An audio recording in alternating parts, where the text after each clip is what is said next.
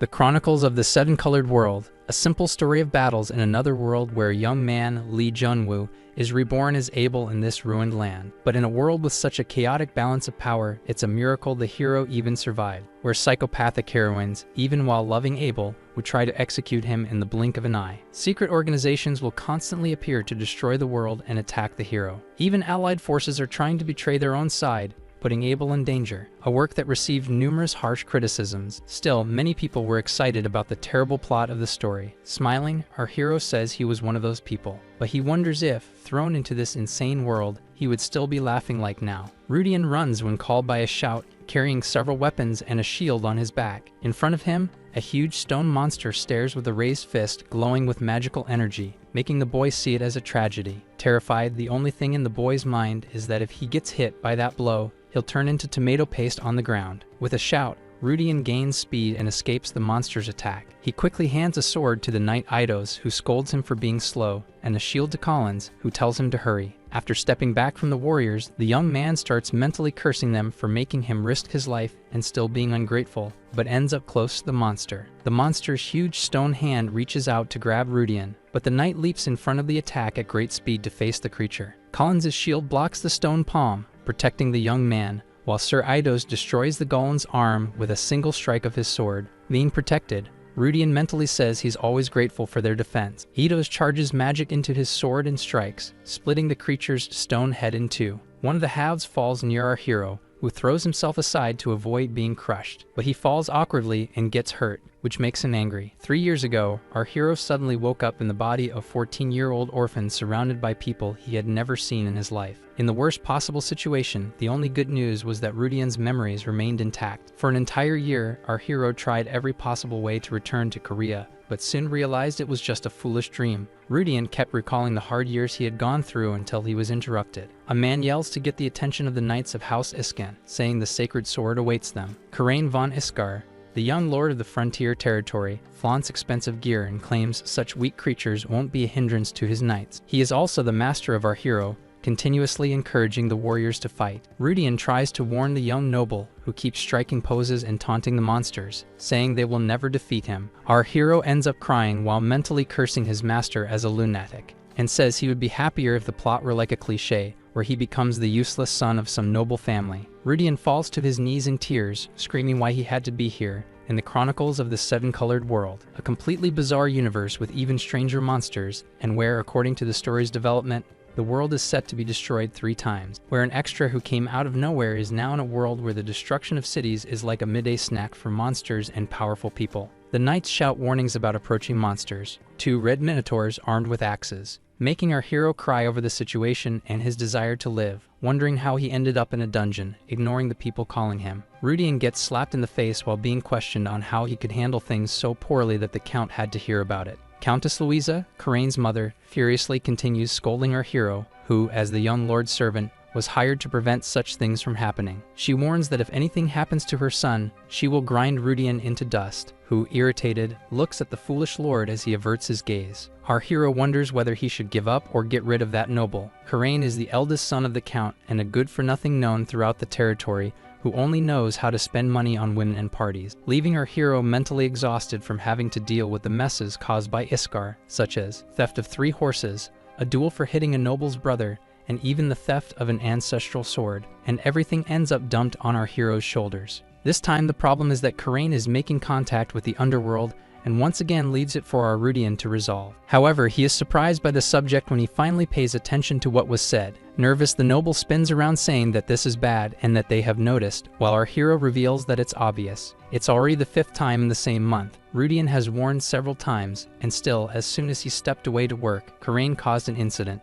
Our hero questions why he torments him, enjoying the company of the bastards of the underworld who are the Empire's problem. Even though this isn't a huge issue since Karain is the son of the king of that place, the real problem is that he was seen having fun with women at night by other nobles who spread rumors all the way to the capital. Karain says that he's the young lord of the area, and that if he himself is involved with such things, this makes our hero question him in an intimidating manner. The noble starts to sweat nervously, saying that maybe this would cause the body of the problem to appear, but Rudian, irritated, asks if he's planning to make such a contribution. Karain is left speechless, and recently, many social and economic problems have been running rampant near the border. making the central government demand stricter control over the territory, but the Count dismissed the interference from the central government, saying that they don't need to worry. Rudian shouts that now the Empire has a reason to meddle in all kinds of matters because of Karain, the Count's son. Our hero is concerned about what he needs to do because the real problem is that if the noble does something foolish, there's a good chance he'll get in trouble too. A crisis that should only be faced after the main story has begun has already happened, and Rudian starts thinking about how to escape the problem. Cut hair flies everywhere as our hero sighs. Now bald, he says that the depravity of the young lord has been confirmed. Prepare to enter the monastery, leaving the noble surprised. In the capital, Neven, the emperor's influence is immense, and such an accident demands the maximum penitence, the guillotine, which leaves our hero frightened. Rudian tries to find a way out to resolve the crisis safely. A trembling hand knocks on the door, and a voice responds that they may enter. Karain and Rudian enter the room through the door while sweating in fear. A man asks why they are there. The Count and his knight stare at Rudian and the young noble. Our hero decided to tell the Count all the foolishness Karain has done. Lord Ricard von Uskar, the Count of the Uskar territory, waits to hear what they have to say. Durek Winhausen, the commander of the Lion Hearts, the Count's private order of knights, knows what our hero has been going through. Rudian uses his gaze to thank the commander for always understanding him. Derek says that the problem is serious, and our hero cries while saying that he couldn't do anything while he was away, but the knight tells him that he should have done better. Lord Ricard says that he heard from the head butler and asks his son if he caused a big incident this time. Still serious, he points his finger at Karain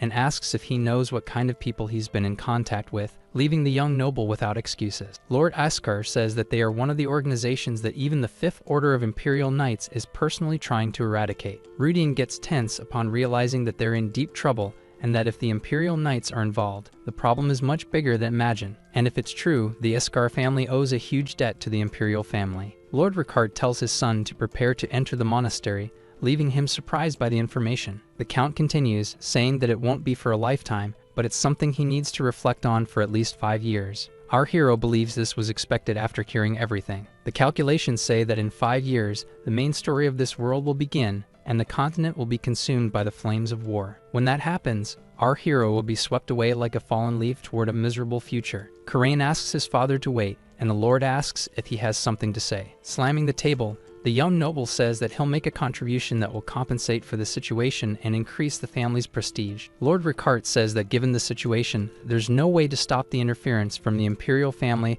unless it's a truly significant compensation. Karain mentions the sacred sword Daylight, surprising his father with the idea. Our hero knows that this is a very complicated dungeon, and the noble won't be able to defeat it. While the young noble shows confidence more than necessary, Rudian wonders if he's gone mad and wants to kick the bucket early. Karain claims it's because of that sword, Daylight, and the dungeon that those underworld guys showed up. Excited, he says that if they manage to get the sacred sword of the Delphion Duchy, they will surely gain the duchy's support. Our hero understands that the noble is trying to survive, but there's no way underworld people are there just to explore a dungeon. Like in the Apophis Belly episode, a dungeon where the evil god Apophis is sealed and cultists appear to try to revive him. An army of 100,000 soldiers was formed and marched with great enthusiasm to subdue the cultists, but in the end they got stuck in the belly, and Apophis turned into the incident where everyone learned the madness of dungeons. After that event, they always send an exploration team before entering any dungeon, which is why the Count would never approve it, thinks our confident hero. Lord Ricard says the location has unconfirmed difficulty, and even though it's in their territory, they can't send many soldiers. Karain insists he will succeed and asks his father to trust him. Derek becomes tense when he sees his lord, Count Ricard, not responding and appears equally anxious about the idea. Our hero believes the Duke would never accept such a gamble, losing several soldiers in his hair, unless he was insane, and yet he agrees. Leaving Rudian shocked by what he hears, the Duke even says he'll trust Ricard just this once. Seeing his son's confidence, the Duke places Derek and 30 knights at his disposal. Rudian tries to argue, but Lord Ricard says he's counting on him to look after Karain. To our hero, this is a disaster, while Duke Iskar tells his son not to disappoint him this time. Karain declares he'll return with the sacred sword, making his father proud, confirming they're two hopeful fools. Our hero cries, knowing that this time he's truly screwed. Sir Derek shouts for his soldiers to prepare for battle against the monsters. Worried, the commander says it won't be easy starting with minotaurs, and that the deeper parts will be even worse, and that they must leave it in God's hands, making our hero celebrate and thank the gods. Since this isn't at the level of the main story, where usually high-ranking demons and ancient weapons appear, and everyone has to flee first, and if guys like those minotaurs are showing up, then it's just a regular dungeon of reasonable level for the knights, who, after defeating the monsters, give the command to move forward. Inside the dungeon, our hero wonders what he can do now. And just 3 years after the original story begins, the world will be devastated by demon wars, and in 10 years, humanity will be destroyed once. But there's still time before the destruction, and until then, our hero plans to gather lots of funds and hide in the mountains, living the life of a hermit. This makes him happy, knowing he can create a happy ending for himself, while Karain excitedly yells that everything is going well. Confident, he declares he'll get the daylight sword, treasures, and leave the dungeon. But Sir Direk says it's dangerous to be so loud. The noble says there's nothing to worry about because no matter what appears, he's never afraid. But something surprises him and makes him stop talking. A small stone falls on our hero's head, leaving him shocked by the rain of stones. He asks what's going on. A large, sculpted stone slams into the ground with force. Sir Direk tenses up at what he sees happening. They've fallen into a trap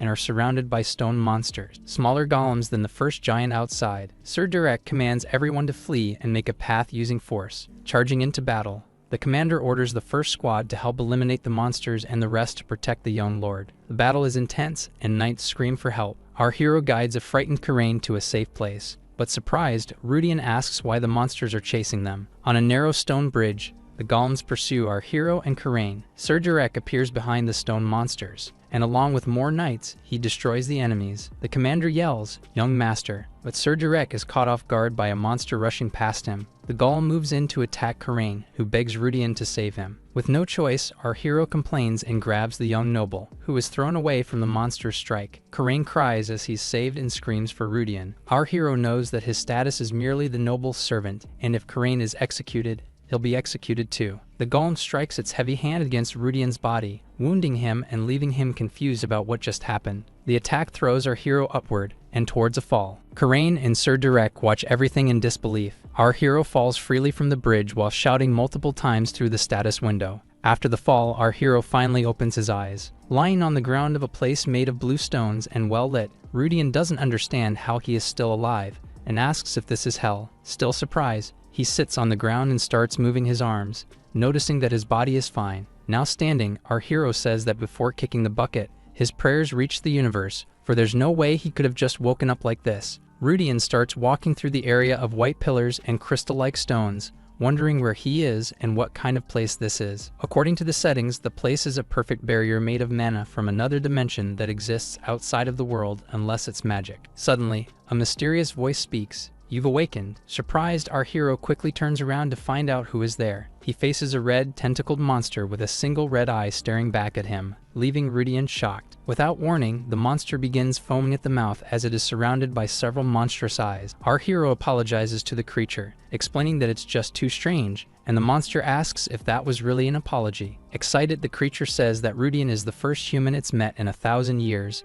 and only beings with divine power can find this place an unexpected day. Our hero thinks that even though it doesn't have a mouth, the thing is noisy while its face is being caressed by the creature, which is quite excited. Rudian asks where he is, and the creature answers that it's the place where it was sealed, a relic created 3,000 years ago by a lost civilization called Adora, which confuses our hero. He doesn't remember any civilization named Adora from the original history. Determined to gather more information from the monster, Rudian asks if it was really sealed inside this relic. The strange being gets excited and says it hadn't received orders from its master, which is why it was sealed until now. But as soon as Rudian entered, it awakened. Tense, our hero asks for the identity of the tentacled monster. The creature introduces itself as a 7th-generation general-purpose artificial intelligence named Arcadia. Surprised to hear artificial intelligence, Rudian wonders if this is the legacy of the demon god. Arcadia says it would like our hero to become its master and asks if he accepts. This question makes Rudian sweat cold as he thinks about becoming the master of this being. He wonders what kind of problems he will have if he refuses the offer. Our hero asks what benefits he would have by being Arcadia's master, and Arcadia stabs his forehead with a tentacle, causing a headache and surprising Rudian. Arcadia says that this is the only skill that can help him in this situation,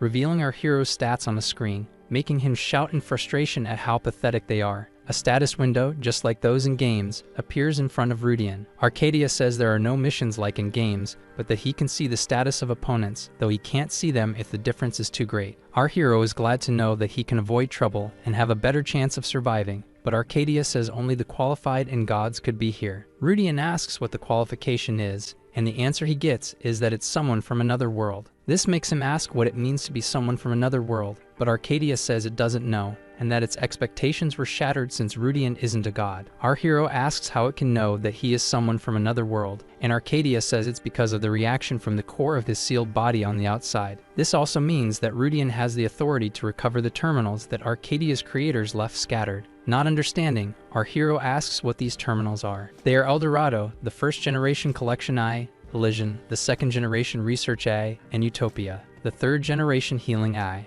Dilmun, the fourth generation transport eye, Shambhala, the fifth generation combat eye, and finally Eden, the sixth generation restoration eye. These are the 6 auxiliary artificial intelligences that were created. Arcadia says that for each terminal recovered, Rudian will be able to use their special abilities, and that if he collects them all, his sealed body will finally be activated. Our hero understands that if this is all true, he will be able to do something he couldn't before, create a better ending. And if that's the case, our hero accepts becoming the master of Arcadia. The creature says it's a wise choice, while our hero knows the world is about to descend into chaos and it's best to be prepared for it. Happy, Arcadia asks Rudian to take good care of him. Smiling, our hero asks the same and gives him the nickname 80, a name the AI says is a good one. First, 80 says that since the main body is sealed, he won't be able to help his master, and it would be good to obtain Shambhala first. Excited, he adds that with it, they could even face a god, leaving our hero with the feeling he's been tricked. Standing up, Rudian says he first needs to reunite with his group, and once the crisis is over, they can go after the terminals,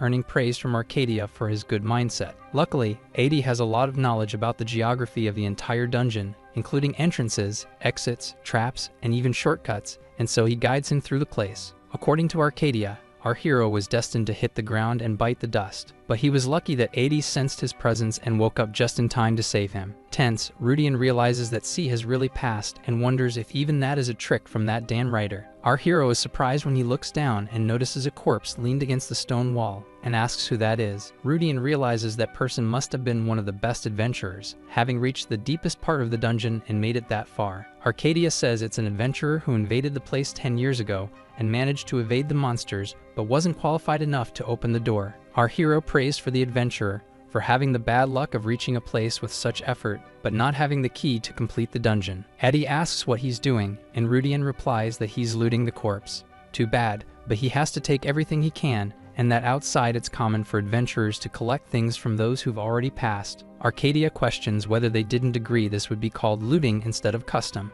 Rudian finds a pocket watch and thinks he can sell it for about 10 gold coins, and that the adventurer must have been rich. When he opens the watch, a small plaque with a name appears. The name of that adventurer was Abel. Our hero reads the name again, Abel Retstein, and says it sounds familiar. Rudian is surprised to remember the name. Trembling, he looks again at the deceased adventurer. Shocked, our hero asks why that name is there. Abel is the protagonist of the Chronicles of the Seven-Colored World. Rudian tries to calm down because that shouldn't be chronologically possible. The hero of the Chronicles, after failing his school exams, looked for a truck to reincarnate him. He gets hit by the truck and is sent to another world, where he is reborn into a minor baron family and receives the blessing of the Creator God, obtaining the mythical artifact White World and the Sacred Order Sword of God, Grandia, thus beginning to massacre the demons that appear early in the plot. Still surprised, our hero wonders what in the world is going on. Rudian says he has no proof that that skeleton is Abel, and the clothes are from the kingdom of Ergo, not from the Mori Empire where the protagonist was born. Abel was short and had a complex because of it, unlike the tall remains before him. Worried, Rudian asks himself what's happening, and Arcadia asks if there's a problem. Before the story begins, Abel should have been living his normal life as a child, but the problem is that this place is way too far from his territory. Our hero decides that once he gets out, he'll use his own money to investigate the protagonist, and if he finds him, these items will connect them. Rudian hopes all this concern will amount to nothing. The crystal cave continues being explored. Arcadia says there are no monsters or traps on the path ahead, and that they should turn right while showing a map. Our hero thinks this guy is just too convenient. Rudian is surprised to see a group of people up ahead. Excited, he approaches, calling for the young master, surprising the knights. Derek quickly orders him to stop, saying that if our hero comes any closer, he'll be attacked. Arcadia asks what's happening, and Rudian, uncertain, says it's either because he abandoned his post or because of Eddie. The captain says there's no way Rudian, who fell from the cliff, could return alive and in one piece, accusing him of being a doppelganger trying to deceive them. Our hero doesn't find that strange and is questioned how he can be there without any injuries. Rudian explains that he saved himself by finding a cave that an explorer had made for emergencies, and on the way back, he got lucky. Derek demands silence and that he prove his identity, and if he can't prove it, he will be executed right there. The commander seriously starts the countdown. Our hero shouts Cynthia's name, revealing Derek's betrayal to his wife, who said she would return to her parents' house, and how he desperately tried to stop her. Desperate, the captain asks what he's talking about, but the knights ask if it's true. Our hero is sure he won't be executed now, but might not survive later. Karain asks why Rudian is late and says he was bored without him. The captain of the knights questions if he's acting normally, but the noble doesn't understand since he's acting normal. A friend's nervous character can't do anything because the Lord says that if there are problems, he will handle them, and they're almost at their destination. Our hero feels relieved because he survived. Arcadia says that hostility hasn't disappeared yet. Karain says they're almost at the deepest part of the cave and that no one noticed Aid, but Arcadia says they can't detect him. The humans of this world can't notice his existence unless he reveals himself, and our hero can perceive him because he's from another world and his master. Considering that he's only just been discovered, being from another world probably isn't a benefit for those who've been possessed. Our hero wonders if there are others who could have fallen into this world like he did. The knights stop upon noticing a being emitting a powerful aura at the back of the place they entered. Two hands hold a radiant sword. A monster smiles while looking at the knights. Sir Derek says that it's a death knight. Karain notices the sword and says that it's the sacred sword Daylight, and that the Duke's information was correct. That monster seems to be Simmer Dran, the person who betrayed the Duke and fled 50 years ago. The monster stands up, disappointed that they aren't knights of the Delphion family. Sir Derek commands his men to surround the creature. Serious, the commander asks the monster why he betrayed the Duke's family and stole the sacred sword only to end up like this. Simmer Dran gets angry and questions the betrayal. Saying that he doesn't have to answer to fools who can't see their own ruin, he launches a spell with his hand extended. Sir Derek is surprised to see skeletal soldiers rising from the ground. Quickly, he gives orders to his men to stay calm, and that the second and third squads should take care of the weaker monsters, and that the first squad should follow him to take down the traitor, who laughs upon hearing all of this. The knights charge at the monster bravely. The battle is intense, with both forces facing each other in small, separate duels. Our hero is surprised to see that the enemy boss isn't falling and seems to be gaining more energy than before. Laughing, the monster regenerates from his wounds and asks if that's all Derek has. The knight complains about the monster's vitality and mana while being informed that the skeletons are also regenerating and they'll soon lose the battle. Karain, excited, supports the warriors, saying that they're strong and should not retreat. Our hero asks Arcadia what he thinks, and is informed that there are external forces involved in the battle. Arcadia says that his master should also be able to see using those eyes. Somehow, Rudian's eyes turn into the same as Arcadia's. He is able to see the monster's status screen with its information, and he notices that it's gaining immortality and infinite mana temporarily. Our hero is confused about the part related to the dungeon's core, but soon understands and realizes where the core is. A red stone on a pedestal behind the monster. Arcadia says that it's a blood magic stone, and that it's of the highest class, used by liches and dungeons. Arcadia also says that the place has a lot of condensed mana, and that it was a wizard's workshop 500 years ago, but that if they don't do something, they will lose the battle. Our hero asks if he could break the core, and Arcadia says yes, but only if he can get through all the enemies. The Death Knight raises more warrior skeletons for the battle, creating problems for the knights. Arcadia says that if Rudian tries to go now, he will be noticed, and due to his physical attributes, his chance of being eliminated is 90%. Our hero watches the other knights, who are frightened, and asks if there is no other choice. A knight informs the captain that they need to retreat before the monsters attack the young lord. Derek says that Karain won't order a retreat, and the soldiers ask the squires to grab the noble who wants to take the sword. The captain says there has to be some way to turn the situation around, and our hero calls his attention. He points to the gem on the wall and asks if it doesn't look very suspicious. Derek looks back searching for the mentioned jewel. Upon finding it, he says it's a blood magic stone. Derek asks two knights if they can destroy the core in time. They respond that it's impossible because the number of enemies has increased and they're stronger than before. Determined, the captain says they'll have to do it, because if the monsters keep growing in number, they won't be able to escape and will be annihilated. Arcadia asks if it was really necessary to mention the stone, and our hero says that since the knights will attack it, the monster will focus all its attention on them. Addy tells his master that it's not necessary to take the risk, but is informed that out of everyone, he has the highest chance of success. Our hero says that even if he can't use mana, he can still swing a sledgehammer. Rudian tries to sneak toward the crystal,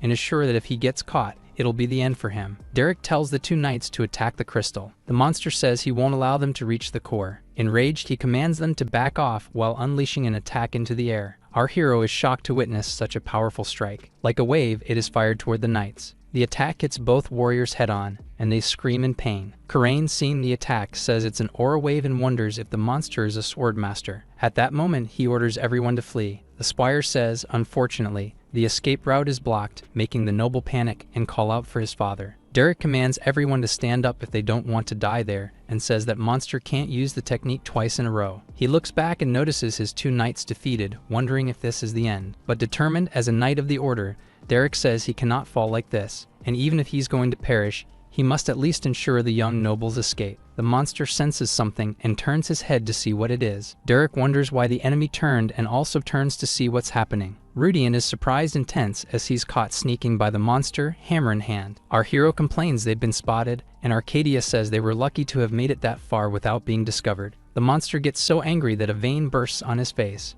Because of that, he attacks our hero, who runs away in desperation. Derek blocks the attack with his sword to buy time, and tells Rudian to smash the core, and if he succeeds, he'll forgive him for the humiliation from earlier. Our hero says he'll definitely do it. He quickly approaches the red crystal, confident that he'll destroy the item in a single blow. Rudian freezes upon feeling a powerful aura and hearing a voice asking how he dares. That voice asks who the insect is that dares to touch her heart. She, the great lady of darkness, Casley Richmond, says that for the sin of desiring her heart, she sentences our hero to execution, who is shocked to learn that the magic stone is not just a dungeon core. Casley Richmond, a lich lord who appears around the middle of the chronicle, a powerful archmage capable of destroying a dragon with a single spell. The voice of the destroyer of nations says she'll ensure a painless execution for our hero while beginning to cast a spell. Rudian, upon hearing all that and realizing who is speaking, is terrified, knowing this is surely the end. The sorceress casts her deadly magic, Fatal Strike. Our hero, trembling in fear, opens one of his eyes, still alive. Casley Richmond is stunned, not understanding what happened. Rudian looks at the crystal, not understanding what's going on. The powerful sorceress asks why the absolute spell didn't work and wonders if our hero belongs to the divine race. She casts Fatal Strike again, but it has no effect, leaving Rudian confused as to why he's still alive. Casley Richmond says it's impossible for her to fail, and that he either has divine rank protective magic or belongs to the divine race. Our hero asks if Arcadia did that, who replies yes, having seen that the creature dared to use such a weak curse and therefore blocked it. Arcadia is impressed with her achievement, leaving Rudian in disbelief upon learning that powerful magic is weak to 80. Thinking that she can nullify such powerful magic, our hero wonders how powerful that thing will become once it's complete. Casley Richmond, irritated, demands that Rudian doesn't move, as she will open a dimensional portal to capture him. Our hero knows that the blood magic stone is the witch's heart, and that the heart is the only weakness of an immortal lich. This makes him smile confidently and ask why he should wait. Rudian asks if Casley understands the relationship between employer and employee and questions if the stone is truly fragile, to which Arcadia confirms that it is fragile. Casley Richmond says that she wants to make a deal, and if he lets her live, she will give him anything he wants. Rudian says that he wants her life, but she immediately denies and says she'll give him her treasures or the knowledge she has accumulated over centuries. Holding the hammer tighter, our hero says that he doesn't need any of that. Terrified, the witch commands Simmer to immediately deal with Rudian. Without fear, our hero says he will destroy her before the monster can reach him. Violently, Rudian strikes the crystal with the hammer, exorcising the lich. As the lich is destroyed, she screams about her ambitions and desires. The core is destroyed, and its pieces fly in all directions. This makes the knights, already injured, excited by the imminent victory. The monster falls to its knees, holding its own head while howling in pain. Sir Derek stares at the Death Knight, who calls out for his mistress. Our hero notices a black aura approaching. Rudian is confused when he sees that the aura, emanating from the fragments of the core, circulates around his arm without harming him. A message appears saying that he has obtained the first-class essence of the blood magic stone, and that he has grown stronger, gaining 20 mana. This causes our hero to activate the power of his eyes. He sees the status window, where he notes that he has indeed gained mana. Rudian cries as he feels the power rush through his veins, realizing that he has endured all the troubles just to obtain mana. However, he questions why it's so little for a 500-year-old crystal. Arcadia says the absorption rate is low, as she filtered all the native mana spread across the core before our hero could absorb it. The rate is only 8%, and Rudian asks why the mana was filtered. 80 says that it wasn't mana, but demonic energy, and that it could have turned our hero into a demon, which is why she filtered it. Rudian is scared, realizing that he almost got truly screwed, and that his head would have been the next thing to break after the magic stone. Derek approaches and calls out to our hero, who is startled. He wonders if he seemed to be absorbing demonic energy. This leaves him fearful for his own life. The captain's hand touches our hero's shoulder. Derek thanks him for saving his life and congratulates him on the good work. Arcadia is pleased, saying that she filtered everything correctly while our hero shows a crooked smile. Duke Grickart laughs and enthusiastically calls for his son, praising Karain and saying that he knew he would succeed. And now he is the future of the family, and no vassal will doubt his abilities. The young Duke is convinced and says that because of his skills, it was only natural. Our hero is incredulous at the rapid decline of an ancient family of dukes because of such a poor future. Lord Rickart says that the spoils are incredible, and the carts keep arriving, praising the great contribution his son made. Within a week, the Duke will send someone to evaluate the sword, and even if he doesn't come in person, they'll send someone who can't be ignored. For this reason, Lord Rickart tells his son to make sure to leave a good impression on whoever is sent. And with this great success, his name will spread throughout the Empire, as even the Delphion dukedom is involved in this. Rudian worries that if they learn that Castley was the dungeon master, things will become more complicated by giving so much power to the fool Karain. For now, he needs to be the servant of the young noble Iskar. Lord Rickart decides that now he can send his son to the social circles without worry, but soon calls for our hero. Our hero kneels and hears that he's been praised by Derek and the knights, replying that he just did what he should have done. Lord Rickart says that attacking while the monster wasn't looking is something many wouldn't do out of fear, and this qualifies him to stay by Karain's side. The Count says that he's counting on Rudian to take care of the young noble, to his horror, not knowing when he'll be able to escape this nightmare. But with money in hand, our hero praises Karain and the Iskars. It's a whole year's worth of bonuses, plus 10 paid days off, which makes him reconsider quitting the job. Arcadia says what she gave him is better, but our hero says they can't use that right now, so money is great, and that if they tried to use everything they got, the magic tower would be after them immediately, though Arcadia says it's a shame they didn't take it all. Touching a book, Rudian says at least they got the most valuable thing from the place, Castley Richmond's grimoire, which contains all her spells and research, and if they sell a few of the books, they'll make a fortune. Our hero says he needs funds, and even though he can't use it now, it'll be a big help in the future. However, the problem is that the sorceress's Black Knight isn't something from the original story, making it hard to understand. Since the sacred sword was supposed to have been taken by Crocs, one of Abel's companions, when he returned after visiting his family. But the details were never explained, and as the story was progressing into the Celestial Demonic War arc, the author never mentioned it again. This makes our hero think that the Death Knight didn't steal the sword out of mere greed, but rather because of the demon race, and that his main enemies will be the demons, and that they'll be the greatest obstacles in recovering the terminals. Arcadia says they'll just have to eliminate them then. With Castley's execution, the demons will have to start acting, since she was likely disguised as a court mage of the neighboring kingdom, and because of that, the demons and Rowans will begin their moves, and considering the future, they'll need to obtain a demon sword. Arcadia wonders if a sacred sword wouldn't be better for dealing with the monsters. Our hero says sacred swords are hard to get and attract demon attention, and that even with daylight, he would never be able to get one, and reveals that one of the best demon swords is in Iskar, surprising Arcadia. The demon sword Diablo, if we get it, things will be much easier, says Rudian, smiling. Baron Village, with a population of approximately 500 people, is actually a pretty big place within the Iskar territory. In one house, Marco, the village chief of Baron,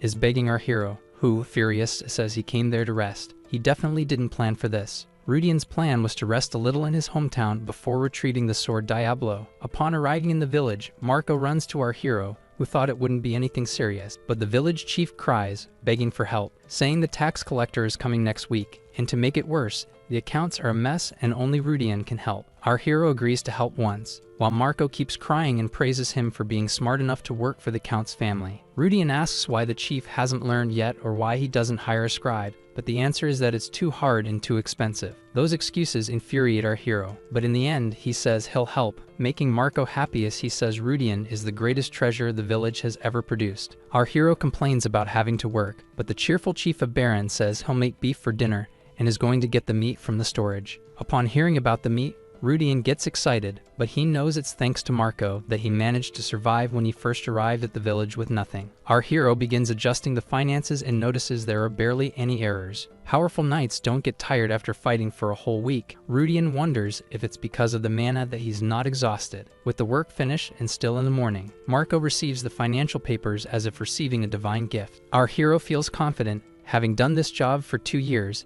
and says he could handle those documents with his eyes closed. The chief of Baron says it'd be nice if Rudian went to visit Rebecca. Upon hearing that name, our hero tenses up and asks why her. Marco replies that she's been taking care of the house while Rudian was away, and it would be polite to thank her. Our hero says he never asked her to do that, but the chief says she's been doing the work every day. Because of her, 3 people are suffering from love, and even so, Rebecca is still taking care of the empty house, leaving our hero in trouble. Rudian suddenly lets out a scream of pure fear as he throws himself to the ground, startling Marco. The sound of footsteps echoes, making our hero break into a cold sweat of terror. A young woman enters through the door of the house with a black aura, startling him even more. With a happy smile, the beautiful girl asks if Rudian managed to get his vacation. Our hero asks how she found him, but Marco says, "I told you he'd be tired and that he would see you tomorrow." With a mischievous laugh, Rebecca apologizes to Baron's boss. Rudian gives Marco a cold stare, and he awkwardly apologizes. Rebecca pouts and says that our hero doesn't need to make that face, since they haven't seen each other in a long time. This girl is Rebecca von Bluedrain, an incredibly beautiful woman who deserves the big city and clearly loves Rudian. She is a friendly person who has received many love confessions, and even some nobles are keeping an eye on her. Thanks to Marco's protection, nothing bad happens to her, and normally no man would reject her. But our hero doesn't want to get involved with her, and that's one of the reasons he's working as Karain's servant. Rebecca is a blood witch, a demon devourer who absorbs demonic magic for herself, one of the heroines in the chronicle. However, she is very obsessive, attacking the protagonist from behind while whispering words of love in his ear, making her a very dangerous person. The Bloodrain family are demon hunters, and Rebecca inherited the genes of her half-human, half-demon relatives. A few years ago, she was almost kidnapped by those who wanted her genes, and our hero rescued her alongside the Vigilants and Marco. Since then, Rebecca has shown great affection for Rudian. When she finally revealed her full name, our hero fled to the Iskar Count's house to work, and those emerald eyes and orange hair become aged when she finally awakens her powers.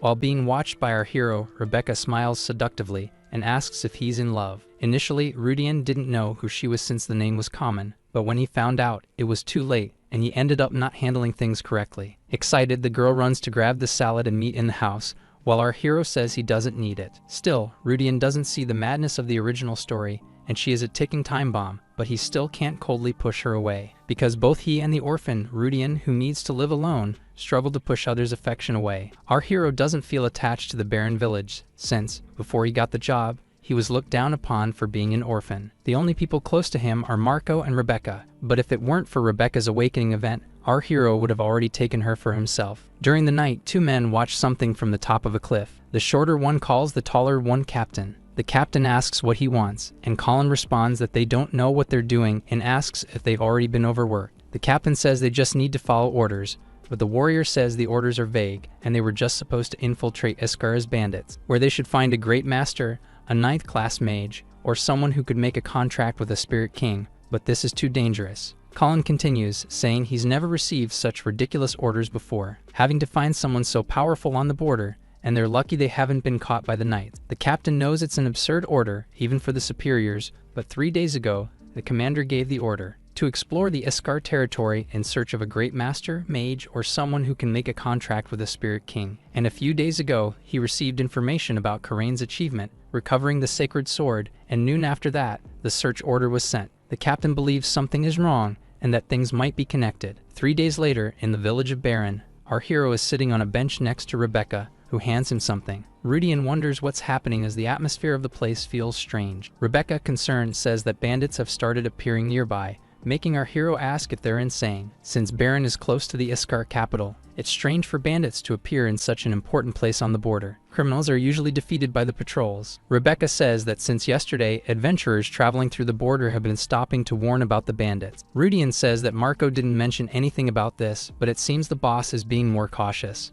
Our hero doesn't believe it, thinking it's too much of a coincidence for these bandits to appear and be seen as a simple accident, and that during his 3 years living there, he's never seen bandits causing trouble on the border. Rudian believes the enemies haven't made their move yet. 2 days later, near the Iskar territory, our hero says he found something as he sees a door with golden frames. That seems to be the place written in the original story as easy to find, compared to the 6 scattered fragments or places with special conditions. Arcadia says the place is well hidden, but not impossible to find, while Rudian knows it's easier to reach than the others. Addie asks why the place hasn't been discovered after so many years, and our hero smiles, saying the reason is that everyone perished. The demon sword Diablo, a weapon from ancient eras that was used at the beginning of civilization and in the War of the Second Era, so ancient that there's almost no information about it. And sealed within that weapon is the former demon king Diablo, with power equal to the sacred sword Grandia, and to obtain it one would normally have to go through difficult trials, but it's abandoned in an empty cave. The reason it's still there without a master is that the moment someone tries to touch it, they are cursed and erased from the world. Even great dragons fall victim to the curse.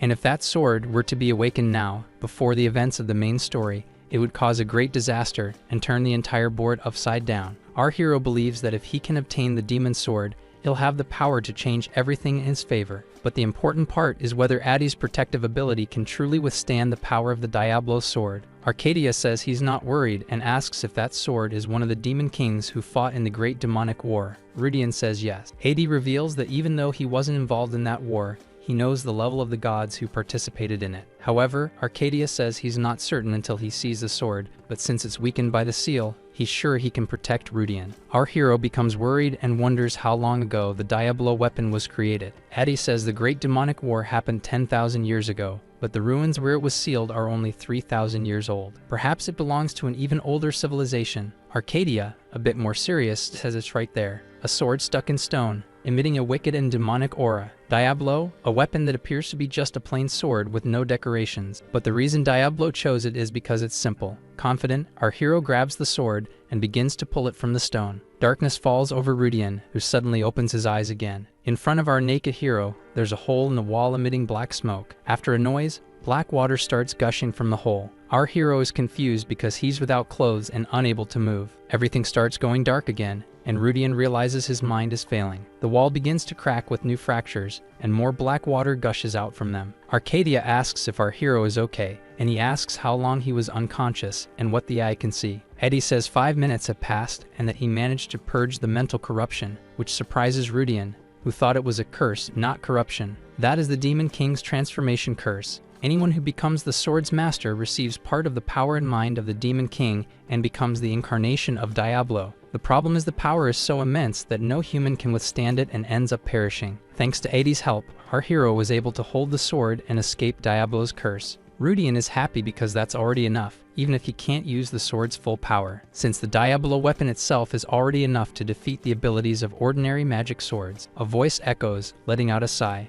Our hero becomes confused and looks all around trying to find where the sound came from. The sword begins to speak, saying that he's the first human it's met in 1,000 years, and because of the curse, he'll perish, just another failure. Rudian is startled as black arms emerge from the sword's guard, which says it's bored. The entity inside the sword complains about being trapped and says that if it could get out, or if someone could endure the curse, it would go after the Archangel Uriel X. It would use all its power to help its wielder, but it's impossible, since no human could withstand a curse that even the Dragon Lord couldn't bear. Even though that X had promised the time was near, the entity, so bored, decides it will go back to sleep. Even so, it starts rooting for our hero to stay strong and not be defeated by the curse. Rudian tells the sword to shut up, leaving it surprised. The entity is left speechless and confused for a few moments. It then asks our hero if he is still alive. The being says that no human has lasted more than 30 seconds holding the sword, and confused, asks if Rudian is truly alright. Both scratch their heads, still shocked, and our hero says he is fine, but the entity doesn't believe it. Diablo says the curse was placed by the arcanes, and that even God couldn't survive it. Our hero wonders if they were truly angels and not demons, while the entity continues questioning if he really overcame the transformation. In the end, the being in the sword understands that Rudian was not affected by the curse, and it says that our hero is worthy of receiving the help of the ancient demon king Diablo. Excited, it continues, saying that they will make a contract, not a cursed one, but a proper one, and Rudian will gain great power without any cost. Such an offer had never been made before, not since the creation, but our hero knows that this being can do anything because it is so powerful. Rudian asks Diablo if there's something hidden in the story, and that even if he is offering so much power, he should have said that as soon as the era of myths arrived, he could escape freely from the sword. Diablo is caught by surprise and is left speechless. Still in disbelief, he asks how our hero knows that. Rudian says that the contract being offered is from the Demon King Diablo, and when he can leave the sword, the contract will be nullified. Our hero remembers that in the future of the story, Diablo helped the swordsman Master Crocs until the beginning of the mythical war. But as soon as the seal was broken, the demon ruthlessly destroyed the warrior. The entity is surprised and asks our hero who he is, to which he replies that it doesn't matter. Rudian suggests a bet, gaining Diablo's curiosity, where the sword must use all its power to dominate him, and if it succeeds, our hero will become the weapon's servant. However, if Diablo fails, he must give up all his power and knowledge for the next 100 years, and even if he escapes, it won't be important. The demonic entity starts to laugh. Releasing an evil aura, Diablo says that our hero doesn't know his place and is being very arrogant just for having been lucky enough to avoid the curse. The demon says he wants to use that arrogance to become the arrogance of the demon god and accepts the bet. Our hero knows he succeeded and says, "You waited 10,000 years. What would be just 100 years? You have no reason not to cooperate." If the bet didn't have a time limit, Diablo would never accept, as he would be freed naturally in 10 years as promised. But since there is a time limit, he will certainly accept our hero's offer. Diablo says that if he truly manages to rid himself of his domination, then the deal will be sealed. Rudian knows that using the sword until the seal breaks would be safer, but if he can use all its power, he may reduce the casualties in the Second War. Diablo releases immense power, engulfing the entire place in darkness. Our hero wakes up again, surprised, now lying on the ground. As he stands up, he sees a beach of sand and black water. Not understanding anything, he wonders if Addy failed, but if it had failed, he wouldn't be thinking. However, if it had succeeded, he shouldn't be there. A sound catches Rudian's attention, and he turns to see what's happening. A grotesque creature emerges from the sea, emanating a black aura. Sweating cold, our hero knows that this is Diablo, and he should be so large that he could cover the mountains, but he is smaller than expected. The Demon King smiles at Rudian, saying that this is truly surprising, and asks if there really is a human receiving a blessing from an unknown god. Rudian wonders if he is talking about Arcadia, and that it wouldn't be strange if he confused him with a god. The entity says that the blessing cannot protect him, as an imperfection like him has emerged. Our hero, upon seeing that scene unfold, doesn't know whether he succeeded or failed. Diablo says that all of his powers have been sealed, but in exchange, Rudian has lost the divine protection, and with that, asks what he will do now. Our hero assumes a martial arts stance and challenges the demon to a fist duel. Not knowing what will happen next, Rudian believes it's better to roll the dice and make the bet. Diablo praises our hero for being incredibly brave and asks if he will fight or not. The demon answers that he won't do anything, surprising Rudian. Diablo begins to laugh, saying that he thought our hero would be shaken, but on the contrary, he was arrogant and called him to a fist duel. The monster said it's going to be very interesting to stay close to Rudian because he sensed a strange fate emanating from him. Our hero is confused and asks what he's planning to do with this talk of destiny. Diablo replies that he's decided to cooperate and help him. Rudian is confused by that, but the demon believes he'll have a lot of fun following him. Diablo says that taking control of our hero right now wouldn't be a good idea and points upward, saying he doesn't want trouble with that creature. Rudian is startled by a strange giant eye in the sky and wonders if he was caught the moment he let his guard down. Arcadia apologizes and says the creature's power is greater than expected and that he'll help now with the barrier. Our hero is surprised to see everything return to normal. Diablo begins to laugh and says that for the next 100 years, he'll be under Rudian's care. This makes him happy for having managed to prepare for the disaster that's about to happen. Inside the house, Rudian is training with the sword. Rebecca gets very excited and asks if he's really gone back to training even though he said he'd given up on swordsmanship. Our hero is sure he'll be able to forge a new path for his life and says he's found hope again. But in a world where a war against aliens is going to happen, his own stats are just as important as his equipment. Rudian wonders if he should go back to training with the knights, but realizing and being able to use mana are different things. Our hero knows that if someone finds out he can suddenly use mana, it will cause problems that can't happen right now. But there's no way he can learn everything on his own, even if he trains for years. The girl comments on the argument with Marco about security. Rudian responds about the matter with the bandits, but Rebecca is lost in impure thoughts as she stares at his muscles. Arcadia reports that nothing new has occurred, and our hero says that asking for help is one thing, but at the very least they need to be prepared. Rudian is confident that he can handle the bandits alone and says it would be better if nothing happened. But a thought surprises our hero. Maybe this is the moment of Rebecca's awakening, since he changed the story when he rescued her from the kidnapping. He only saved her because he couldn't just stand there watching it all happen, and because of that, he may have caused a butterfly effect that could be fatal. Rebecca smiles and asks if there's something on her face. Our hero remembers her original story and starts to sweat cold while thinking it's nothing and just gives a nervous laugh. Rain falls at night in the forest. A man tells Lucella that it's raining and they should slow down. The young woman replies to her uncle saying that the sacred sword that had been lost for 50 years has been found and asks if he isn't excited. The man says they're not so weak that they would put their future in a single symbolic relic, but the girl says she's curious. Lucella continues, saying that the sacred sword of the Order of God is one of the most recognized divine artifacts in the entire empire. Her uncle comments that even if it takes some time to retrieve it, they should gather a worthy group with proper etiquette. Lucella replies that his presence is more than necessary for the Count Iskar's family. The man complains that if she hadn't forced him to go on this adventure, he wouldn't be suffering like this. The duo continues walking along the road, passing by a sign. The bell in the church tower rings throughout the village. Marco gives orders for people to rebuild the palisades, set up the traps, and sharpen the weapons' blades. Irritated, he asks if they're planning to die by not doing anything properly, and says that if they can't handle it, they should ask Rudian for help, saying that our hero is a veteran who's already been through all this while serving alongside the young noble, and that they should stop whining and ask things. The people start complaining, saying they have to take orders from an orphan who had nothing and now rose in life. Arcadia asks if his master is okay, and Rudian replies that he's not,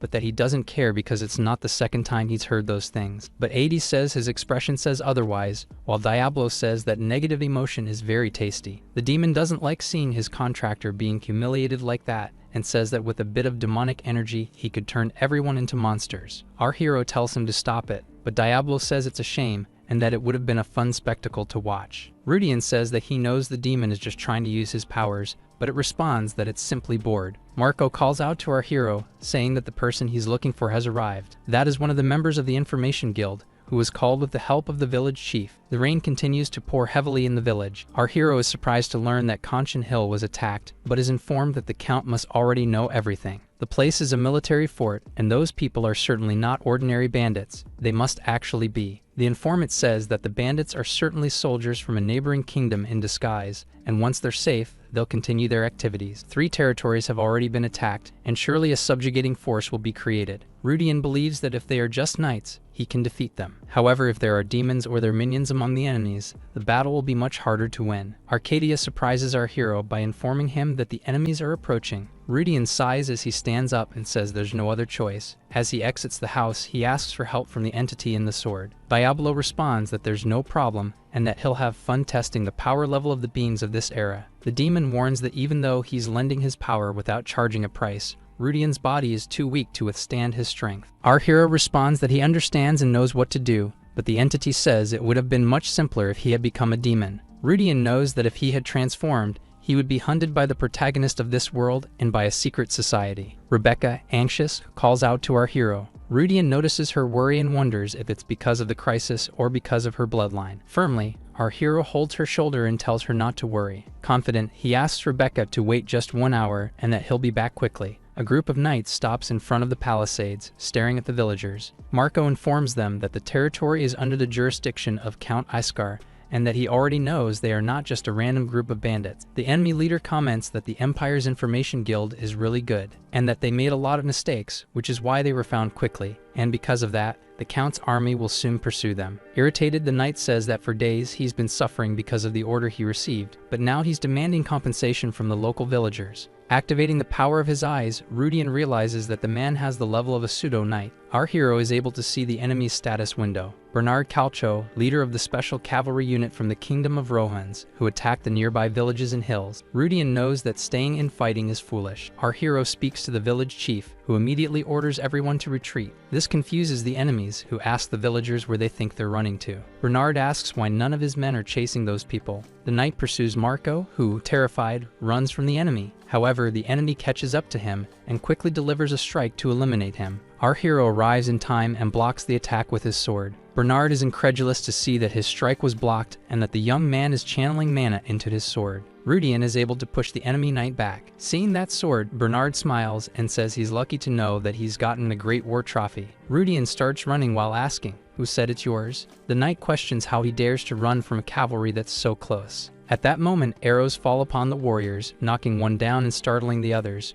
who must stop the pursuit. This leaves Bernard irritated with the hindrance. The villagers prepare more arrows, and only now does the leader of the knights realize that it was an ambush. Our hero taunts Bernard with obscene gestures, calling him an idiot for only realizing now. The knights notice that there are no more people in the entire village, and that they've certainly evacuated everyone. He orders them to annihilate all of them, since there are no more arrows being fired. They just need to be careful to catch all of them. Arrogantly, Bernard believes that a mere militia from a village can't defeat them. One of the knights is surprised when he falls into a hole in the ground. Irritated, he curses, but doesn't notice our hero's sword, which immediately executes him. The enemies realize that Rudian knows how to use a sword and that they shouldn't underestimate him, especially since he blocked the captain's strike. Marco orders them to fire more arrows and draw the enemies into the village. Villagers fire arrows, hitting one of the enemies and neutralizing him. One of the knights asks the captain what they should do, and Bernard replies that they must wait for the rest of the units. However, in his frustration, he gives the order for his men to pursue the militiamen and annihilate them. The rain continues to fall over the village as someone asks if our hero is okay. Rudian says they need to reduce the number of enemies and that if they use the terrain, they can win, but Marco asks how long he can hold out. Our hero knows that in the past he would have had trouble facing 1 or 2 soldiers, but now he smiles and says he'll be fine. Confident for finally having gained a bit of power, Rudian says he's going back. Inside a house, someone is breathing heavily. Rebecca is on the ground sweating cold, seemingly in distress. She says she needs to go, but if she does, she'll end up in Rudian's way. Her vision blurs and she remembers strange people performing a ritual around her. Rebecca, panting, desperately says she needs to hold on. Our hero's sword emits a dark demonic aura. That aura is Diablo, who caresses Rebecca's face, slowly transforming her. With a strange smile and demonic eyes, she says she wants to eat. The rain continues falling throughout the village as the sound of clashing swords echoes through the night. Our hero struggles during the battle and thinks that if he could control Diablo's power, he would easily win, but he still can't control it. Rudian knows that if he loses control of the power, there's a high chance the entire village will be destroyed. The enemy knight is surprised to learn that his opponent can use mana. Our hero finally defeats that soldier with a blow to his chest. Bernard warns his men not to approach because there's a trap there, and asks if those lunatics really use traps meant for monsters. One of the villagers replies that obviously they did, since hunting traps are great for dealing with beasts. That enrages Bernard even more, seeing that they turned the whole place into a living nightmare. In the other villages they attacked, just executing a few people was enough to make everyone surrender, and he doesn't understand why these people resist so much. Marco says that this is the courage of Baron, and that they'll never take the village with such weak soldiers. Rudian knows there are many retired warriors there. Our hero knows the village chief's past, a former centurion, truly powerful, capable of facing anyone, but discharged for insubordination. Rudian declares to Bernard that once they defeat all the knights, the battle will be over. The squad leader knows he must not underestimate his opponent, who, despite being young, can block a mana-infused strike. Bernard dismounts from his horse and comments that it's unbelievable Rudian can awaken mana so early, and that he is the heart of the village. And out of respect for Rudian and the village fighting desperately, he will give a piece of information. Our hero becomes curious about the information but keeps his eyes cautiously on the enemy. The village of Baron is where the knight unit decided to end the strategy, and going further would be dangerous,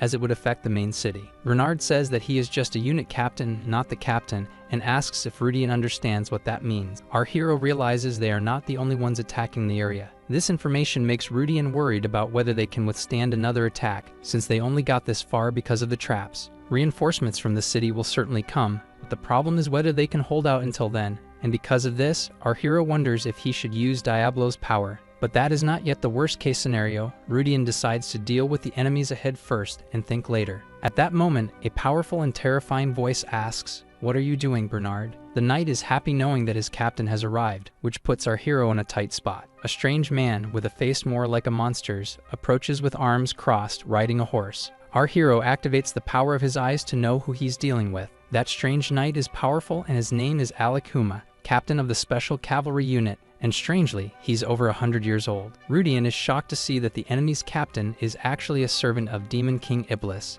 Alec exerts immense pressure with his mana and status over our hero. Our hero knows he's in trouble, but the one saving grace is that the enemy appeared alone. The demon's stats are incredibly high, and he's as strong as Durek. Rudian wonders if the numbers in parentheses are bonuses from being a servant. This makes our hero doubt if he can win alone and how strong a high-level minion would be. And as an avid reader of the main story, Rudian knows how powerful the named demons are, but facing one is very different from just reading about them. Bernard apologizes for the incompetence that caused the loss of several soldiers, but the captain calls him a foolish incompetent. Alec, without even looking, throws a direct punch to the knight's face. The blow is so strong that it brutally executes him. Our hero feels the pressure of a truly powerful enemy upon seeing that. Immediately, Rudian orders the village chief to retreat. Marco, hearing this, orders the villagers to scatter and flee. Even though he's worried about our hero, the village chief has no choice but to flee, knowing that the man before them is beyond what they can handle. Marco just prays for Rudian's safety, while the enemy knights also flee, fearful of the captain. Our hero faces Alec head-on.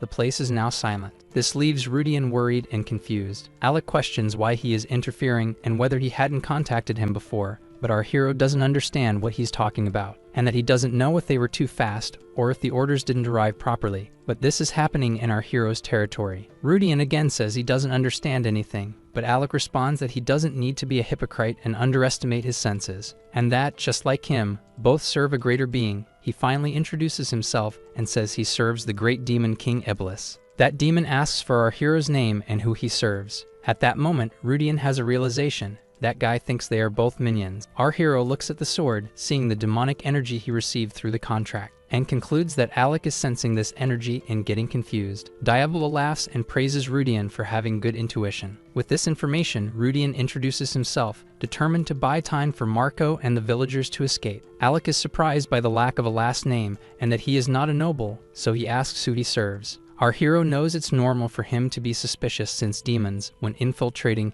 tend to be more particular about the social status of their minions. Rudian knows how to dispel the suspicion and informs him that he serves Asmodeus. This makes Alec smile, saying that only companions know the name of the goddess of lust and indulgence. Diablo is incredulous to know that Asmodeus' little brat would be seen as a goddess in the present and questions what happened to the hierarchy while he was asleep. Alec understands that Rudian is weak, but that appearance is also a skill, which makes our hero angry. However, he only mentioned Asmodeus because he knows she doesn't care about strength or social status, but rather youth and physical beauty. Rudian says he never received direct communication from that demon king. Alec is now invading his territory. The minion seems to accept the information and says that's problematic and asks if the reason is because our hero hasn't put down roots there. Rudian gets more serious and questions where the news was sent since he didn't receive anything. Alec understands that, as they are far away, that wouldn't be strange, and reveals that the message was delivered to Marcus Belstead. This information makes our hero smile, knowing who the noble mentioned is, and that Belstead is one of the demon's puppets. Rudian says he remembers Count Gus von Belstead,